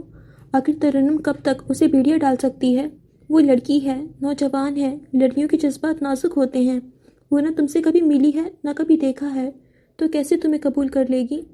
کیوں تمہارے لیے بیٹھی رہے گی؟ جیسے میں 22 سالوں سے اس کے لیے بیٹھا ہوں، بالکل ایسے ہی اسے میرے لیے بھی بیٹھنا ہوگا۔ اس کا انداز دو ٹوک تھا۔ رئیس، بلقیس بیگم نے بے بسی سے اسے پکارا، وہ لڑکی ہے، لڑکیاں نازک ہوتی ہیں، تم اس کے سامنے آ جاؤ، اس سے پہلے کہ اسے کوئی اور پسند آئے۔ کسی کی سزا اسے مت دو، بے وفاؤں کی سزا صرف موت ہے۔ وہ اس سے کم پر راضی نہیں تھا۔ اس سے پہلے بلقیس بیگم مزید کچھ کہتی، اس نے کان سے لگا ایئرپورٹ اتار کر بیڈ کی جانب اچھال دیا اور پھر گہرا سانس لے کر خود کو پرسکون کرنے کی کوشش کی۔ 3-4 گہرے سانس لے کر وہ مسکرا دیا۔ وہ رئیس اورنگزیب تھا، رئیس گروپ کا مالک، ایک کھپتی انسان جس کی وفا عجیب تھی، جس کی سزا موت سے کم نہیں ہوتی تھی، جو اپنے دور کا مشہور ڈیزائنر اور بزنس مین ہونے کے باوجود روایت کا پابند تھا۔ کمرے کے دروازے پر دستک ابھری اور پھر دروازہ کھلا تو عروضہ داخل ہوئی، گرے ڈریس پینٹ کے ساتھ سیاہ بلیزر پہنے، بالوں کو اچھے سے جوڑے میں دبائے، سیاہ چشمہ سر پر سجائے وہ تیار کھڑی تھی۔ اس کی پوری رنگت نمایاں تھی۔ باس، آپ اب تک ریڈی نہیں ہوئے؟ رئیس کو بلیک ٹی کے مزے لوٹتے دیکھ کر وہ حیران ہوئی۔ ارے عروس، کیوں ہوا کے گھوڑے پر سوار رہتی ہو؟ چل کیا کرو نا۔ تھوڑی دیر پہلے والا رئیس غائب ہو چکا تھا اور اس وقت عروسہ جمال کے سامنے ایک مختلف شخصیت کا مالک رئیس کھڑا تھا۔ باس، ہمیں نکلنا ہے، لیٹ نہیں ہو سکتے۔ عروسہ نے کلائی پر بندھی گھڑی دیکھتے سنجیدہ لہجے میں جواب دیا۔ کبھی کبھی لگتا ہے باس تم ہو، میں نہیں۔ خالی کپ ٹرالی میں رکھتے اس نے قدرے بے چارگی سے کہا۔ عروسہ نے اس کی بات کا کوئی جواب نہیں دیا، وہ ہاتھ باندھے کسی روبوٹ کی طرح کھڑی رہی۔ تم چائے انجوائے کرو، میں ذرا ریڈی ہو کر آتا ہوں۔ مسکرا کر وہ کہتا اس کے سامنے سے ہٹ گیا اور عروسہ نے تعصب سے گردن ہلائی۔ باس کبھی نہیں سدھر سکتے، وہ دھیرے سے بڑبڑائی۔ میں نے سن لیا ہے عروس۔ اگلے ہی پل وہ ڈریسنگ روم سے باہر نکلا، بیڈ پر پڑا، اپنا فون اٹھایا اور ایک نمبر ملاتے فون کان سے لگا لیا۔ Hello, finance department. Aroosa Jamal کی اس مہینے کی 50% سیلری کاٹ لی جائے۔ وہ ہانک لگاتا واپس ڈریسنگ روم میں گھس گیا۔ آفنس؟ ہاں، آفنس یہ ہے کہ وہ کہہ رہی ہے کہ باس کبھی نہیں سدھر سکتے۔ وہ پوری سنجیدگی سے کہہ رہا تھا، یقیناً فائنانس ڈپارٹمنٹ میں اس کی اس کال سے شگوفے کھل اٹھے ہوں گے، جبکہ عروسہ جمال اپنا ماتھا پیٹ کر رہ گئی۔ مراد عالم اپنے آفس میں بیٹھا تھا۔ آج ڈیزائنر ٹیم کے ساتھ اس کی میٹنگ تھی۔ آج شالی کی لانچ کا پلان فائنل کرنا تھا۔ خاکی پینٹ پر آسمانی رنگ کا کاٹن ڈریس شرٹ پہنے وہ نک سکسا تیار تھا، کف پھول تھے اور چہرے پر پریشانی نمایاں تھی۔ اتنی تو شاید رئیس کو بھی ٹینشن نہیں ہوگی جتنی اسے ہو رہی تھی۔ پیشانی کی لکیریں واضح تھیں۔ میز کی دوسری جانب رکھی پاور چیئر پر بیٹھا وہ سامنے دیوار پر لگی بڑی سی اسکرین دیکھ رہا تھا، جس پر رئیس آفس کی ہیڈ آفس کی لائیو ریکارڈنگ چل رہی تھی۔ جہاں جہاں CCTV کیمرہ لگے تھے ان کی ریکارڈنگ کنٹرول روم کے علاوہ مراد عالم کے پاس بھی تھی۔ وہ اکثر نظر رکھنے کا کام بھی کرتا تھا۔ آج کا دن ٹف ہونے والا تھا کیونکہ آج ماڈلز بھی فائنل کرنی تھیں۔ میز پر رکھا فون بجا تو اس نے اٹھا کر کان سے لگایا۔ سر، سبھی ڈیزائنرز آ چکے ہیں، آپ کا ویٹ کیا جا رہا ہے۔ ششتا سی نسوانی آواز ابھری۔ اوکے، میں آ رہا ہوں۔ تبھی اس کی نظر اسکرین پر پڑی جہاں مین گیٹ کی انٹرنس واضح تھی۔ کیمرہ میں اسے فجر مراج ہاتھ ہلاتی نظر آئی۔ وہ تپانے والی مسکراہٹ لیے اسے ہائی کر رہی تھی۔ ڈائن کہیں نہ کہیں جانتی تھی کہ مراد عالم اسے دیکھ رہا ہوگا۔ اس نے فوراً لینڈ لائن سے سیکیورٹی کا نمبر ملایا۔ اس لڑکی کو آنے دیں، اس نے حکم دیا اور فون واپس رکھ دیا۔ فجر معراج مسکرا کر اندر داخل ہو گئی۔ اس کی یادداشت تیز تھی، یقیناً اسے مراد عالم کا آفس یاد ہوگا۔ 5-7 منٹ تک وہ آفس پہنچ جاتی۔ وہ اپنی سیٹ سے اٹھ کھڑا ہوا، ایک گہرا سانس لیا اور خود کو کمپوز کرنے لگا۔ شالے کی لانچ کوئی چھوٹی بات نہیں تھی۔ شالے میں 20 قیمتی اور نایاب ڈیزائنز تھے اور وہ چاہتا تھا کہ اسے یادگار بنایا جائے، لوگوں پر انہیں دیکھنے کے بعد ایک سحر طاری ہو جائے۔ وہ بے چینی سے ٹہلنے لگے۔ اتنا وہ جانتا تھا کہ فجر کا فوٹو شوٹ کا کوئی ارادہ نہیں تھا، تو پھر کیسے ہوگا یہ سب؟ 5 منٹ بعد دروازے پر دستک ہوئی۔ کم ان، وہ بھاری بھرکم آواز میں بولا تو دروازہ جھٹکے سے کھل گیا۔ تر و تازہ سی فجر میرات سامنے ہی کھڑی تھی۔ ہلکے گلابی رنگ کے کاٹن کے کارڈ سیٹ پہنے وہ کافی فریش لگ رہی تھی۔ کیپری ٹراؤزر کے ساتھ گھٹنوں تک آتا ٹاپ اتنا کھلا ہوا تھا کہ اس میں فجر جیسی 2-3 لڑکیاں اور سما جاتی۔ گلے پر ہوئی باریک سی سفید رنگ کی کڑھائی جو چمک رہی تھی، بازو اوپر سے کھلے تھے جو کلائی کے مقام پر بند ہوتے تھے، اور پیروں میں ہائی سول والی چپل پہن کر آئی تھی، نازک سی سفید چپل جو سوٹ کے ساتھ میچ ہو رہی تھی۔ گیلے بال راستے میں ہی سوکھ گئے تھے جنہیں اس نے فولڈ کر رکھا تھا، اور چھوٹی بڑی لٹیں باہر نکلی ہوئی تھیں۔ ہمیشہ کی طرح چشمہ بالوں پر جمع ہوا تھا اور سر پر اس نے ہم رنگ سکارف لے رکھا تھا۔ السلام علیکم۔ مراد عالم کو دیکھتے ہی اس نے سلام کیا۔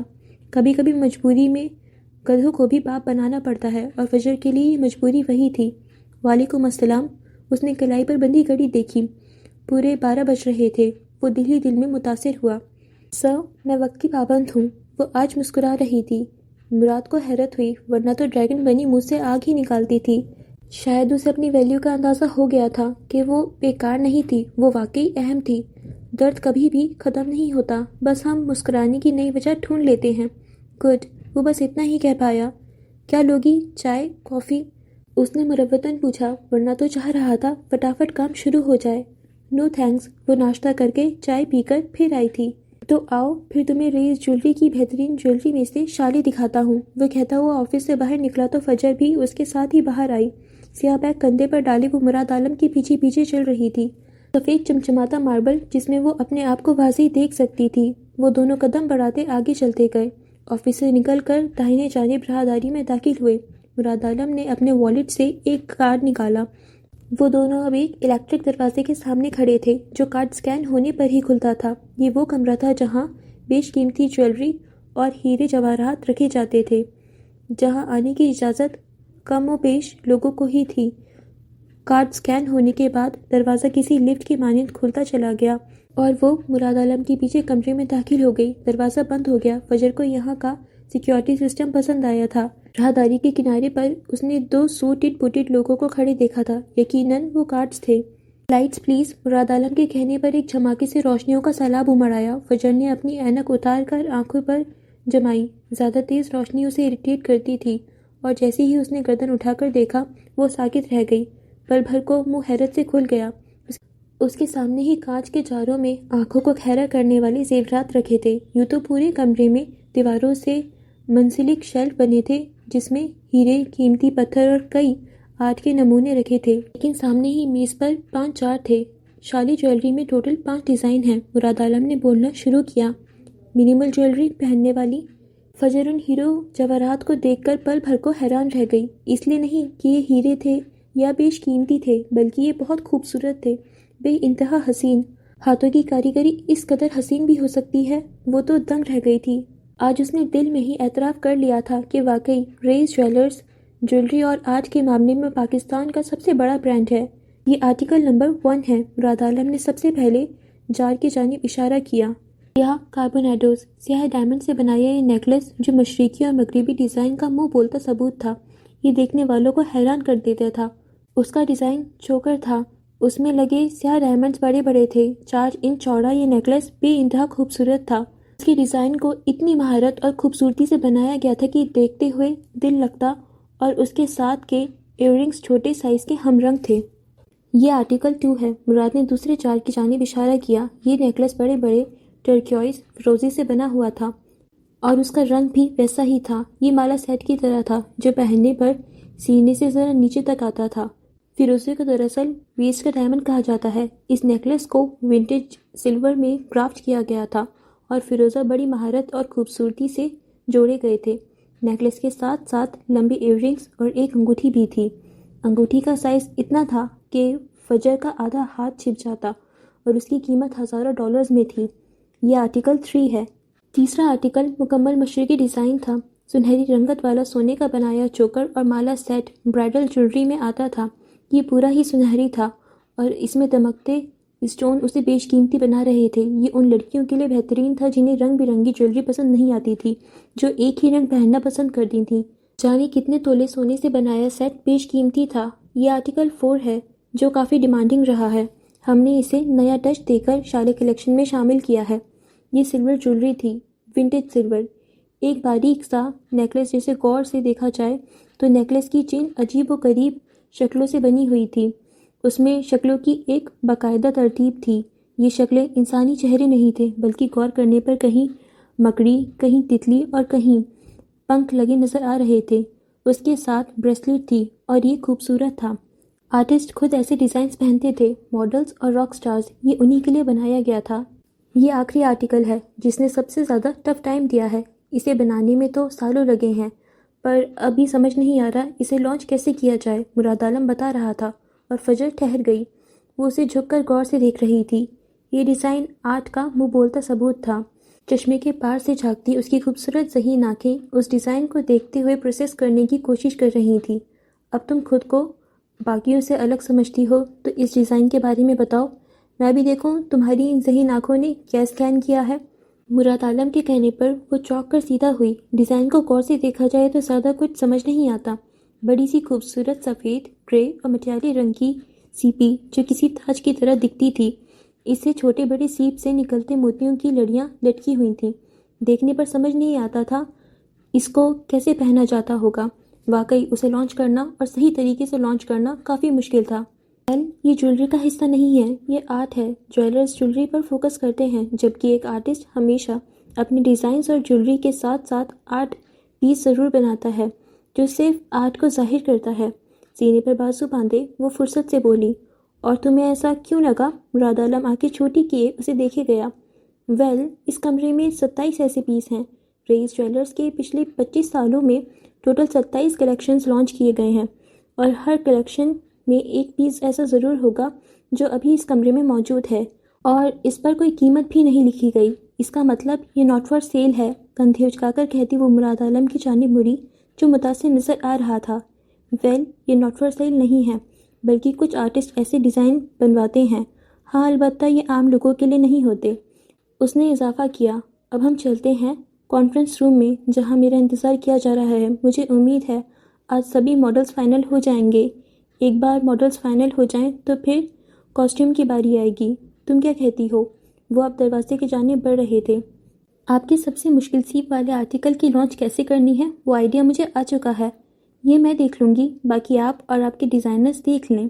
دروازے سے باہر نکلتے فجر نے مشورہ پیش کیا۔ اس کی بات سن کر مراد عالم ہنس دیا۔ تمہیں لگتا ہے تم اس آرٹ پیس کو پریزنٹ کر پاؤ گی؟ وہ تمسکرانا بولا، انداز سراسر مذاق اڑانے والا تھا۔ شاید اگلے کو نیچا دکھانا اس کی فطرت تھی۔ تو کیا میں یہاں پیزا کھانے آئی ہوں؟ فجر کی تیوری چڑھ گئی۔ مسٹر مراد عالم، میں اپنا پروجیکٹ چھوڑ کر یہاں گھومنے پھرنے نہیں آئی۔ میں جو کر سکتی ہوں وہ میں نے بتا دیا۔ آپ کو فیور چاہیے تو بتا دیں، نہیں چاہیے تو بھی بتا دیں۔ میرا وقت ضائع مت کریں۔ تھوڑی دیر پہلے والا اچھا موڈ غارت ہو چکا تھا۔ مجھے تمہارے اوور کانفیڈنس ہونے پر حیرت ہوتی ہے۔ تم نے سب سے مشکل کام ہی کیوں چنا؟ وہ واقعی جاننا چاہتا تھا۔ راہداری میں کھڑے وہ دونوں بحث کر رہے تھے۔ راہداری کے سرے پر کھڑے گارڈز نے کنکھیوں سے ایک نوجوان لڑکی اور ایک سمجھدار مرد کو جھگڑتے دیکھا۔ شاید مراد عالم ابھی نہیں جانتا تھا کہ اگر اس ڈائن کا دماغ گھوم جاتا تو کیا ہوتا۔ فجر نے ضبط کرتے خود کو کچھ غلط کہنے سے روکا۔ پھر دونوں ہاتھ سینے پر باندھ کر وہ ایک قدم بڑھا کر اس کے سامنے آئی۔ میں اوور کانفیڈنس رہوں گی تو کانفیڈنس لیول تک کام کر پاؤں گی۔ آپ بتائیں یہاں میری ضرورت ہے یا میں جاؤں؟ خوبصورت آنکھیں مراد عالم کو سالم نگل جاتی۔ وہ مسکرا کر پیچھے ہٹا۔ میرے ساتھ آؤ۔ وہ اب واپس قدم بڑھا کر چکا تھا۔ فجر مٹھیاں بیچ کر اس کے پیچھے چل پڑی۔ کچھ دیر بعد وہ دونوں کانفرنس روم کے سامنے کھڑے تھے۔ فجر کا دل دھک دھک کر رہا تھا۔ مراد عالم تک تو ٹھیک تھا، وہ اپنی زبان کے جوہر دکھا لیا کرتی تھی، لیکن اتنے بڑے اور ٹیلنٹڈ لوگوں کے سامنے وہ اپنا بھرم کیسے رکھ پائے گی؟ کچھ لبوں پر زبان پھیری اور دل ہی دل میں دعائیں پڑھتے خود کو نارمل کیا۔ Are you ready? دروازے پر رک کر مراد عالم نے پلٹ کر ایک نظر اسے دیکھا۔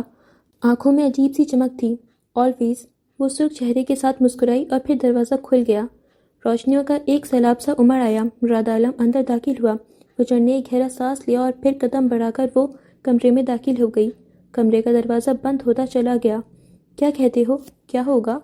خوشی گرم جوشی سے گلے لگانا ہے، چہرے پر ایک نرم مسکراہٹ سجائے۔ یہ دوستوں کے ساتھ بانٹی ہوئی ہے، اور یہ جاننا کہ آپ کے پیارے آپ کے قریب ہیں۔ یہ سورج ہے جو آپ کی جلد پر چمکتا ہے، ایک ہلکی ہوا اندر سے بہلاتی ہے۔ یہ امن، سکون اور سکون کا احساس ہے، ایک دل جو مطمئن ہے بغیر کسی برائی کے۔ خوشی ایک سفر ہے، منزل نہیں، ایک ذہنی کیفیت، ایک میٹھا نشہ۔ لہٰذا ہر لمحے کو عزیز رکھیں، بڑا اور چھوٹا، کیونکہ خوشی سب سے بڑا تحفہ ہے۔ اور جب انسان کے پاس پیارے رشتے ہوتے ہیں، جب اس کے پاس سب کچھ ہوتا ہے، تو وہ خوش ہوتا ہے، اور خوشی کو محسوس کرنے کے لیے آپ کے اندر کا خوش ہونا بہت ضروری ہے۔ ایڈنبرگ کی چمکیلی دھوپ اس پہر بھلی لگ رہی تھی۔ آج کی دھوپ ٹھنڈی تھی، آسمان پر ہلکے بادل تھے، کبھی سورج نکل آتا تو کبھی بادل چھا جاتے۔ دونوں ایک دوسرے کے ساتھ آنکھ مچولی کر رہے تھے۔ بہت خوب نوجوان، بہت بہت مبارک ہو، تمہارا ہاتھ ٹھیک ہو چکا ہے۔ ولیم کے ہاتھ کا ایک آخری معائنہ تھا۔ ایکس رے کی رپورٹ ٹھیک آئی تھی، کوئی درد بھی نہیں تھا، اس کی زندگی ٹریک پر چل پڑی تھی، اور ہاتھ اب بالکل ٹھیک تھا۔ یعنی میں اس ہاتھ کا مکہ مار کر کسی کی بھی ناک پھوڑ سکتا ہوں؟ وہ سنجیدگی سے بولا، جبکہ آنکھوں میں شرارت واضح تھی۔ ہاں، اگر تم اچھے فائٹر ہو تو۔ ڈاکٹر اس کی بات سمجھ کر مسکرایا۔ تھینک یو ڈاکٹر، میں اب جا سکتا ہوں۔ یہ ڈاکٹر مسٹر جوزف کا پرانا دوست تھا۔ ہسپتال سے خارج ہونے کے بعد ولیم کے ہاتھ کے بھی معائنے اسی ڈاکٹر کے پاس ہوئے تھے۔ ہاں، تم جا سکتے ہو۔ ڈاکٹر کے کہنے پر وہ اٹھ کھڑا ہوا۔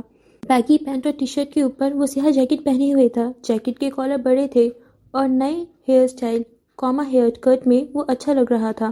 آج کل وہ اپنی رگبی کی ٹیم سے مل رہا تھا، دوستوں کے ساتھ گھوم پھر رہا تھا، زندگی کو نئے سرے سے جینا سیکھ رہا تھا۔ پچھلے چند مہینوں میں کیا کیا ہوا تھا وہ سب بھول جانا چاہتا تھا۔ ہسپتال کے باہر جارج کی مہنگی گاڑی کھڑی تھی۔ آج کل وہ یہی استعمال کر رہا تھا۔ گاڑی میں اس کا سامان رکھا تھا، اور آج اس کا ارادہ اسٹراتھ ہسائی یعنی اسٹرلنگ جا کر کچھ ریکارڈنگز کرنے کا تھا۔ بہت ہو گئی تھی عیش، اب اسے کام پر واپس آنا تھا۔ گاڑی میں بیٹھتے ہی اس نے نیل کا نمبر ملایا۔ جا رہی تھی لیکن اس نے فون نہیں اٹھایا۔ ولیم نے گاڑی سٹارٹ کی۔ اس کا رخ ایڈنبرگ کی اولڈ ٹاؤن کی طرف تھا۔ پچھلے کافی سالوں سے وہ اس طرف نہیں گیا تھا۔ نیل، فون اٹھاؤ۔ اس کے فون نہ اٹھانے پر وہ بڑبڑایا۔ اسٹیئرنگ وہیل کو گھماتے اس نے گاڑی ریورس کی۔ سامنے ہی بنے لان میں اسے دو لڑکیاں بیٹھی نظر آئیں جنہوں نے یونیفارم پہن رکھا تھا۔ دونوں نرس تھیں۔ ولیم کو وہ کئی بار یہاں دیکھ چکی تھیں۔ اس وقت بھی وہ اسے دیکھ کر مسکرا رہی تھیں۔ ولیم کی نظر اچانک پڑی، وہ دونوں کھلکھلا رہی تھیں۔ وہ مسکرایا۔ راہ جانا کس کو اچھا نہیں لگتا؟ گاڑی ریورس کرنے کے بعد اس نے ہاتھ نکال کر انہیں بائے کہا اور پھر زن سے گاڑی بھگا لے گیا۔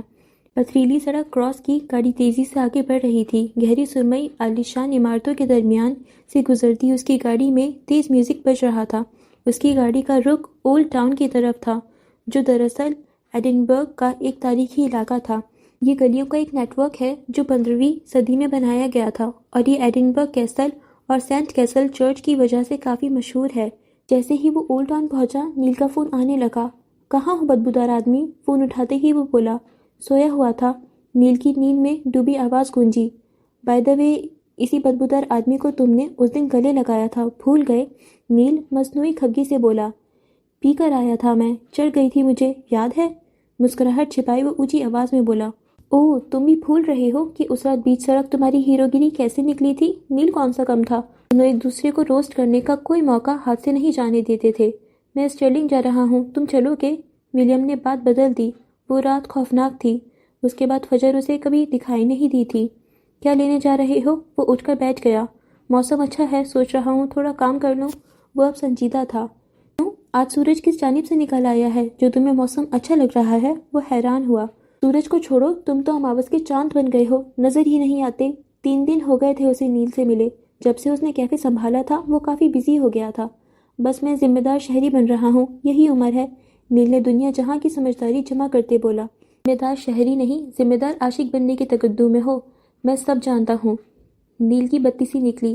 آج کل اسے ایک لڑکی پسند آ گئی تھی، بلکہ یوں کہنا بہتر ہوگا لڑکی اسے گھاس ڈال رہی تھی، اور نیل نے شادی اور بچوں تک کا خواب دیکھ لیے تھے۔ لڑکی انڈین تھی اور نیل پوری طرح سنجیدہ تھا۔ میں تمہاری طرح شادی شدہ ہوتے ہوئے بھی سنگل نہیں گھوم سکتا۔ وہ فلو میں نیل کے منہ سے نکل گیا، پر اگلے ہی پل اسے افسوس ہوا۔ ولیم کے چہرے پر ایک سایہ سا لہرایا، پر وہ مسکرا دیا۔ اس سب کا حقیقت سے کوئی تعلق نہیں ہے۔ ہاں، اس کے لیے بس وہ ایک خواب جیسا تھا، برا خواب جو گزر گیا تھا۔ کیا واقعی؟ اچانک گاڑی کی ونڈ اسکرین پر کئی ٹانگوں والی مکڑی دکھائی دی۔ گاڑی کی چھت سے کھراموں چلتی وہ ونڈ اسکرین پر آ گئی۔ عنکبوت ولیم جوزف کی سلطنت میں بھی عود آیا تھا۔ حقیقت ہو یا خواب، لیکن شادی تو تم نے کی ہے نا؟ نیل نے اسے چڑھانے کی کوشش کی۔ میرے لیے وہ ایک ایڈونچر بن چکا ہے۔ وہ اسے ایڈونچر کا نام دے کر بھول جانا چاہتا تھا۔ مکڑی نے اپنا زہریلا منہ کھولا اور کئی خاموش کالیاں ولیم جوزف کے سپرد کیں۔ ایڈونچر؟ ولیم صاحب، چلو تمہارا ایڈونچر نکالتے ہیں۔ ایڈنبرگ عنکبوت کی صداؤں سے گونج اٹھا۔ ایسے کتنے ایڈونچر کیے ہیں اب تک؟ ویل، یہ پہلا تھا اور آخری تھا۔ میں بھی ذمہ دار شہری بننے کا سوچ رہا ہوں۔ وہ مسکرایا۔ کیا مطلب؟ جینی رابرٹ تو پسند نہیں آ گئی؟ تم آ رہے ہو یا نہیں؟ نیل کے سوالوں کا نہ ختم ہونے والا سلسلہ جاری تھا۔ ولیم کو ہی موضوع بدلنا پڑا۔ مجھے ایکچولی کیفے کے لیے گروسری کرنی ہے، کافی کام ہے آج، رات میں ملتے ہیں، بلکہ تم آ جانا۔ نیل نے جمائی لیتے کہا تو ولیم نے کان سے لگا ایئرپوڈ اتار کر رکھ دیا اور ساتھ والی سیٹ پر رکھا فون بند کیا۔ باتوں کی پٹاری تھا، اس کی باتیں کبھی ختم نہیں ہوتی تھی۔ ولیم بھی اولڈ ٹاؤن پہنچ چکا تھا۔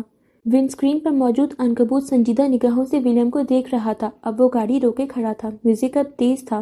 ساتھ والی سیٹ سے اس نے اپنی کیپ اٹھائی اور سر پر اوڑھ لی۔ اسے تو وہ کوئی سپر اسٹار نہیں تھا، پر باپ جوزف پیٹرسن تھا، اس لیے خود کو ذرا میڈیا والوں سے چھپا بچا کر رکھنا پڑتا تھا تاکہ کہیں کوئی غلط کام کرتے پکڑا گیا جوزف پیلس میں داخلہ ممنوع ہو جائے گا۔ کیب کے اوپر اس نے اپنے ہیڈ فون جمائے اور بیگ اٹھا کر میوزک بند کیا اور گاڑی کا دروازہ کھولتے باہر نکل آیا۔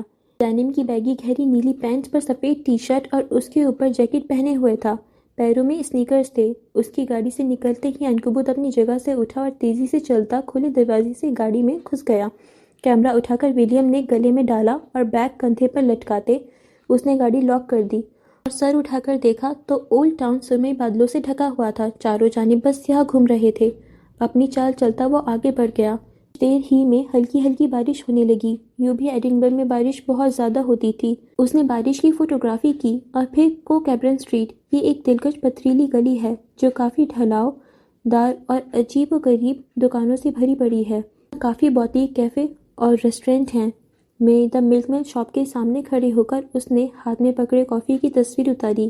نیلی پیلی لال اور سبز جھنڈیوں والی گلی، پتھریلی زمین پر بارش میں چلنا الگ ہی لطف دیتا ہے۔ اس گلی میں جھنڈیاں ایسے لگی تھیں جیسے ہمارے یہاں 14 اگست پر گلیاں سجائی جاتی ہیں۔ یہاں اوپر سے ایڈنبرگ کا نظارہ بالکل ایسا تھا جیسے کوئی شہر کوہرے میں لپٹا ہوا ہو۔ تصویر اس نے اپنے انسٹاگرام اکاؤنٹ پر اپلوڈ کی اور پھر کچھ دیر گھومنے کے بعد وہ واپسی کے لیے مڑ گیا۔ گاڑی میں بیٹھنے کے بعد اس نے رخ اب اسٹرلنگ کی جانب تھا۔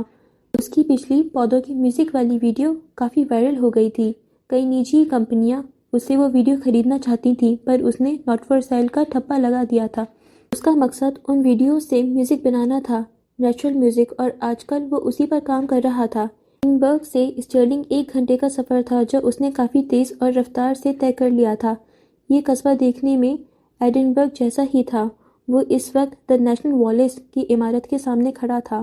بلند و بالا وکٹورین اسٹرکچر جو ایبی کرینگ ہل پر واقع تھا، اسے ولیم والیس نے 13ویں صدی میں بنوایا تھا۔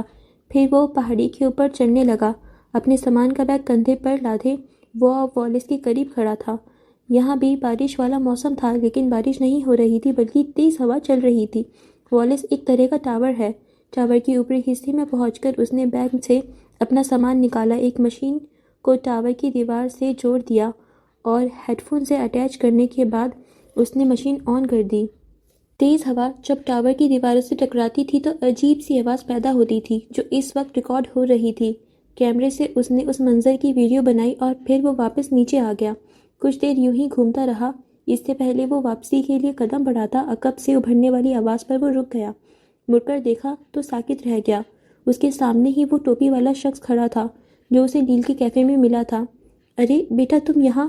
وہ بے ساختہ ولیم کے جانے بڑھا اور اسے گلے لگا لیا۔ ولیم تو اپنی جگہ سے ہل بھی نہیں پایا تھا۔ وہ تو کوستا تھا اس رات کو جس رات اسے وہ شخص ملا تھا، پر یہ کیا اس شخص کو ولیم یاد رہ گیا تھا؟ تم یہاں گھومنے آئے ہو؟ ولیم سے الگ ہوتے اس نے شفقت سے پوچھا۔ میں وہ کام کے سلسلے میں جانے کیوں اس کی آواز لڑکھڑا گئی۔ وہ بھاگ جانا چاہتا تھا۔ میرا گھر یہاں قریب ہی ہے، آؤ میں تمہیں اچھی جگہ دکھاتا ہوں، اس نے بے تکلف پیشکش کی۔ نہیں، دراصل کافی وقت ہو گیا ہے، مجھے ابھی جانا ہے۔ ولیم نے جان چھڑانی چاہی۔ وہ حیران تھا اس آدمی کو وہ کیسے یاد رہ گیا تھا۔ زیادہ وقت نہیں لوں گا۔ اس آدمی کی آنکھوں میں ایک آس سی تھی۔ ولیم انکار نہیں کر پایا اور پھر کچھ دیر بعد وہ دونوں نیچے قصبے کے جانب جا رہے تھے۔ آپ یہاں کیا کرتے ہیں؟ ولیم نے پہلا سوال کیا۔ یہاں اسکول میں ملازمت کرتا ہوں، تم کہہ سکتے ہو کہ پڑھاتا ہوں، وہ نرمی سے بولا۔ وہ شہر سے ہٹ کر چھوٹے قصبے میں رہ رہا تھا جہاں ایک ہی اسکول تھا اور اس آدمی کا گھر اسکول کے بعد آتا تھا۔ تم کیا کام کرتے ہو؟ اس بار آدمی نے پوچھا۔ میں بس شوقیہ فیلڈ ریکارڈنگ کرتا ہوں، ولیم نے مسکرا کر جواب دیا۔ اب اسے اتنا برا نہیں لگ رہا تھا۔ شوقیہ، اور کیا کیا کر لیتے ہو؟ میں عام سا انسان ہوں، مجھے کچھ خاص آتا نہیں ہے، وہ پھیکا سا مسکرا دیا۔ اس نے کہہ دیا تم عام سے انسان ہو؟ اللہ نے کسی کو عام نہیں بنایا، بلکہ اس کا کہنا ہے اس نے انسان کو بڑی ہی اچھی صورت میں پیدا کیا ہے۔ وہ دونوں اب اسکول کے سامنے پہنچ چکے تھے۔ گھر یہاں سے تھوڑا دور ہے، چلو آؤ تمہیں چائے پلاتا ہوں، ایشیائی چائے۔ آدمی کو اب تھوڑا سانس چڑھ چکا تھا، وہ کافی دیر چلتے رہے تھے۔ ویسے آپ کا نام کیا ہے؟ اس کے پیچھے ایک عمارت والے چھوٹے سے اسکول میں داخل ہوتے ولیم نے پوچھا۔ عیسیٰ، وہ مسکرایا۔ اب تارانہ نظروں سے چاروں جانب دیکھ رہا تھا۔ اسے ابھی سمجھ نہیں آیا تھا وہ عیسیٰ نامی شخص اسے یہاں کیوں لایا تھا۔ کچھ دیر بعد وہ آفس نما کمرے میں بیٹھے تھے۔ چھٹی ہو چکی تھی، بچے جا چکے تھے۔ تم بیٹھو، میں چائے بنا کر لاتا ہوں۔ ولیم کو بیٹھنے کا اشارہ کر کے عیسیٰ کمرے سے نکل گیا۔ ولیم نے بیگ اتار کر کرسی پر رکھا۔ کمرہ زیادہ بڑا نہیں تھا۔ ایک میز اور 3 کرسیاں، دیوار سے لگے شیلف جس میں فائلز لگی تھیں اور ایک دیوار پر لگی ڈھیر ساری تصویریں۔ وہ اب کمرے کا جائزہ لینے لگا، پھر اس نے قدم تصویروں والی دیوار کی جانب بڑھا دیے۔ وہ اب پرشوق نگاہوں سے بچوں کے گروپ دیکھ رہا تھا۔ کئی سال پرانی تصویریں لگی تھیں۔ نگاہیں پھسلتی گئیں اور پھر ایک جگہ پر اس کی نگاہیں رک گئیں، پتلیاں جیسے ساکت ہو گئیں۔ ایک پرانی تصویر لگی تھی۔ اس نے کلائی سے تصویر صاف کی اور دوبارہ غور سے دیکھا۔ اگلے ہی پل ولیم کو اسکول کی عمارت اپنے سر پر گرتی محسوس ہوئی۔ وہ لڑکھڑا کر پیچھے ہٹا۔ تصویر افق اورنگزیب کی تھی، اس کی ماں کی، جو ڈھیر سارے بچوں کے ساتھ کھڑی تھی اور گود میں 2 سالہ بچہ تھا۔ وہ ولیم تھا، ہاں وہ وہی تھا۔ اسے لگا وہ سانس نہیں لے پائے گا۔ سینے کے مقام پر درد سا اٹھا۔ اس کی ماں یہاں کیا کر رہی تھی؟ سر گھوم گیا۔ وہ کرسی پر بیٹھتا چلا گیا، چہرہ سرخ پڑ گیا اور آنکھوں میں بے یقینی واضح تھی۔ آخر کیوں اس کا ماضی اسے آگے بڑھنے نہیں دیتا تھا؟ کیوں ولیم جوزف ایک نارمل زندگی نہیں گزار سکتا تھا؟ اس کا دل کیا وہ شدت سے چلائے، پر زبان تالوں سے جا چپکی تھی، جان بے جان سی ہو رہی تھی۔ اتنی بھی ہمت نہیں تھی کہ اٹھ کر یہاں سے بھاگ جائے۔ ولیم جوزف کو ایڈونچر کرنے ہیں؟ اسٹرلنگ کی فضاؤں میں ڈائنوں کے خوفناک کہکہے گونج اٹھے۔ کوئی ہنس رہا تھا، کوئی رو رہا تھا۔ عنکبوت نے ولیم کے گرد اپنا شکنجہ سخت کیا اور وہ بن پانی کی مچھلی کی طرح تڑپنے لگا۔ ولیم پلیز ہیلپ می، سسکیاں چاروں جانب پھیل گئیں۔ ولی بیٹا، اپنے پروردگار کو یاد رکھنا، کیا تم مجھ سے شادی کر سکتے ہو؟ مٹی مٹی سے چہرے واضح ہونے لگے۔ وہ اب کانوں پر ہاتھ رکھے جھکا ہوا تھا، جسم میں لرزش واضح تھی۔ یوں لگ رہا تھا جیسے بھونچال آ گیا ہو۔ 3 عورتیں، 3 کہانیاں، جن کا مرکزی کردار ولیم جوزف تھا، ایک نفسیاتی لڑکا جسے کوئی بھی یاد ماضی میں کھینچ لے جاتی تھی اور ماضی پھر سے اس کے سامنے آن کھڑا ہوا تھا۔ تو کیا وہ رازوں سے آشنا ہونے کے لیے تیار تھا؟ آپ بتائیں۔ جاری ہے۔ اوکے فرینڈز، تو اسی کے ساتھ ہماری قسط نمبر 8 یہیں پر ختم ہوتی ہے۔ تو گائز، کہانی کافی انٹرسٹنگ موڑ پر آ چکی ہے۔ ابھی تو کافی مزہ آ رہا ہے۔ ایک نیا خلاصہ ہوا اس ایپیسوڈ میں کہ جو رئیس اورنگزیب ہے وہ بلقیس کا بیٹا ہے، اور بلقیس کا بیٹا وہی جو فجر سے منتخب تھا، جس کا فجر کی ممی ذکر کرتی تھیں کہ ہاں اس سے تمہاری شادی ہوگی۔ آئی تھنک رئیس اورنگزیب وہی ہے۔ اور اگر ہم بات کریں تو ولیم اس جگہ پہنچ گیا ہے جہاں پہ شاید ان کی ماما نے پناہ لی ہوگی۔ مطلب جب افق جوزف سے دور رہی ہوں گی اور ان کی زندگی سے نکل گئی ہوں گی تو شاید انہوں نے یہیں پر جو یہ عیسیٰ صاحب ہیں ان کے پاس پناہ لی ہوگی۔ اس اسکول میں آئی تھنک انہوں نے ٹیچر کی جاب کری ہوگی، اور کیا ہو سکتا ہے تو وہ تو ہمیں نیکسٹ ایپیسوڈ میں پتہ چلے گا۔ اس ایپیسوڈ میں مجھے تھوڑی سی چیز بری لگی، وہ لگی کہ ولیم کو کس طریقے سے وہ فجر کی ارسل کے پیر پکڑنے والی ویڈیو نے افیکٹ کیا تھا کہ اس نے اتنا زیادہ الکوہول انٹیک کر لیا۔ وہ چیز مجھے تھوڑی بری لگی، بٹ ٹھیک ہے، نینی نے تھپڑ مارا اور اس کا تھوڑا دماغ درست ہوا۔ وہ اس کو فجر کو بھولنے کی کوشش کر رہا ہے، بٹ اس طریقے سے تو بیوی کو بھی نہیں بھولا جا سکتا نا، یا تو آپ شادی ہی نہیں کرتے۔ بٹ چلو جو بھی اس ٹائم پہ سچویشن تھی، وہ فجر اور ولیم کو جو بھی کنڈیشن اس ٹائم پہ ٹھیک لگ رہی تھی تو انہوں نے وہی اسٹیپ لیے۔ اب ہم دیکھیں گے آگے کیا ہوتا ہے، اسٹوری کیسے اگلا موڑ لیتی ہے۔ تو تب تک کے لیے آپ ہم سے جڑے رہیں، اور اگر آپ کو ہماری نریشن اچھی لگ رہی ہے، آپ کو اسٹوری پسند آ رہی ہے، سو آپ جلدی سے ہمارے چینل کو سبسکرائب کر دیجئے، ہمارے انسٹاگرام پیج کو فالو کر دیجئے۔ سو فرینڈس، جو میرے انسٹاگرام اکاؤنٹ کا لنک ہے وہ میری ڈسکرپشن میں مینشن ہوتا ہے، تو آپ جلدی سے اسے بھی فالو کر لیجئے، اینڈ ہمارے چینل کو اپنے فرینڈس اینڈ فیملی کے ساتھ بھی شیئر کر دیجئے۔ اچھی اچھی کہانیوں کو آپ آگے بڑھائیے، آپ کے فیملی بھی انجوائے کرے۔ سو ٹھیک ہے، اب ہم ملیں گے اگلی قسط میں، تب تک کے لیے ٹیک کیئر، خدا حافظ۔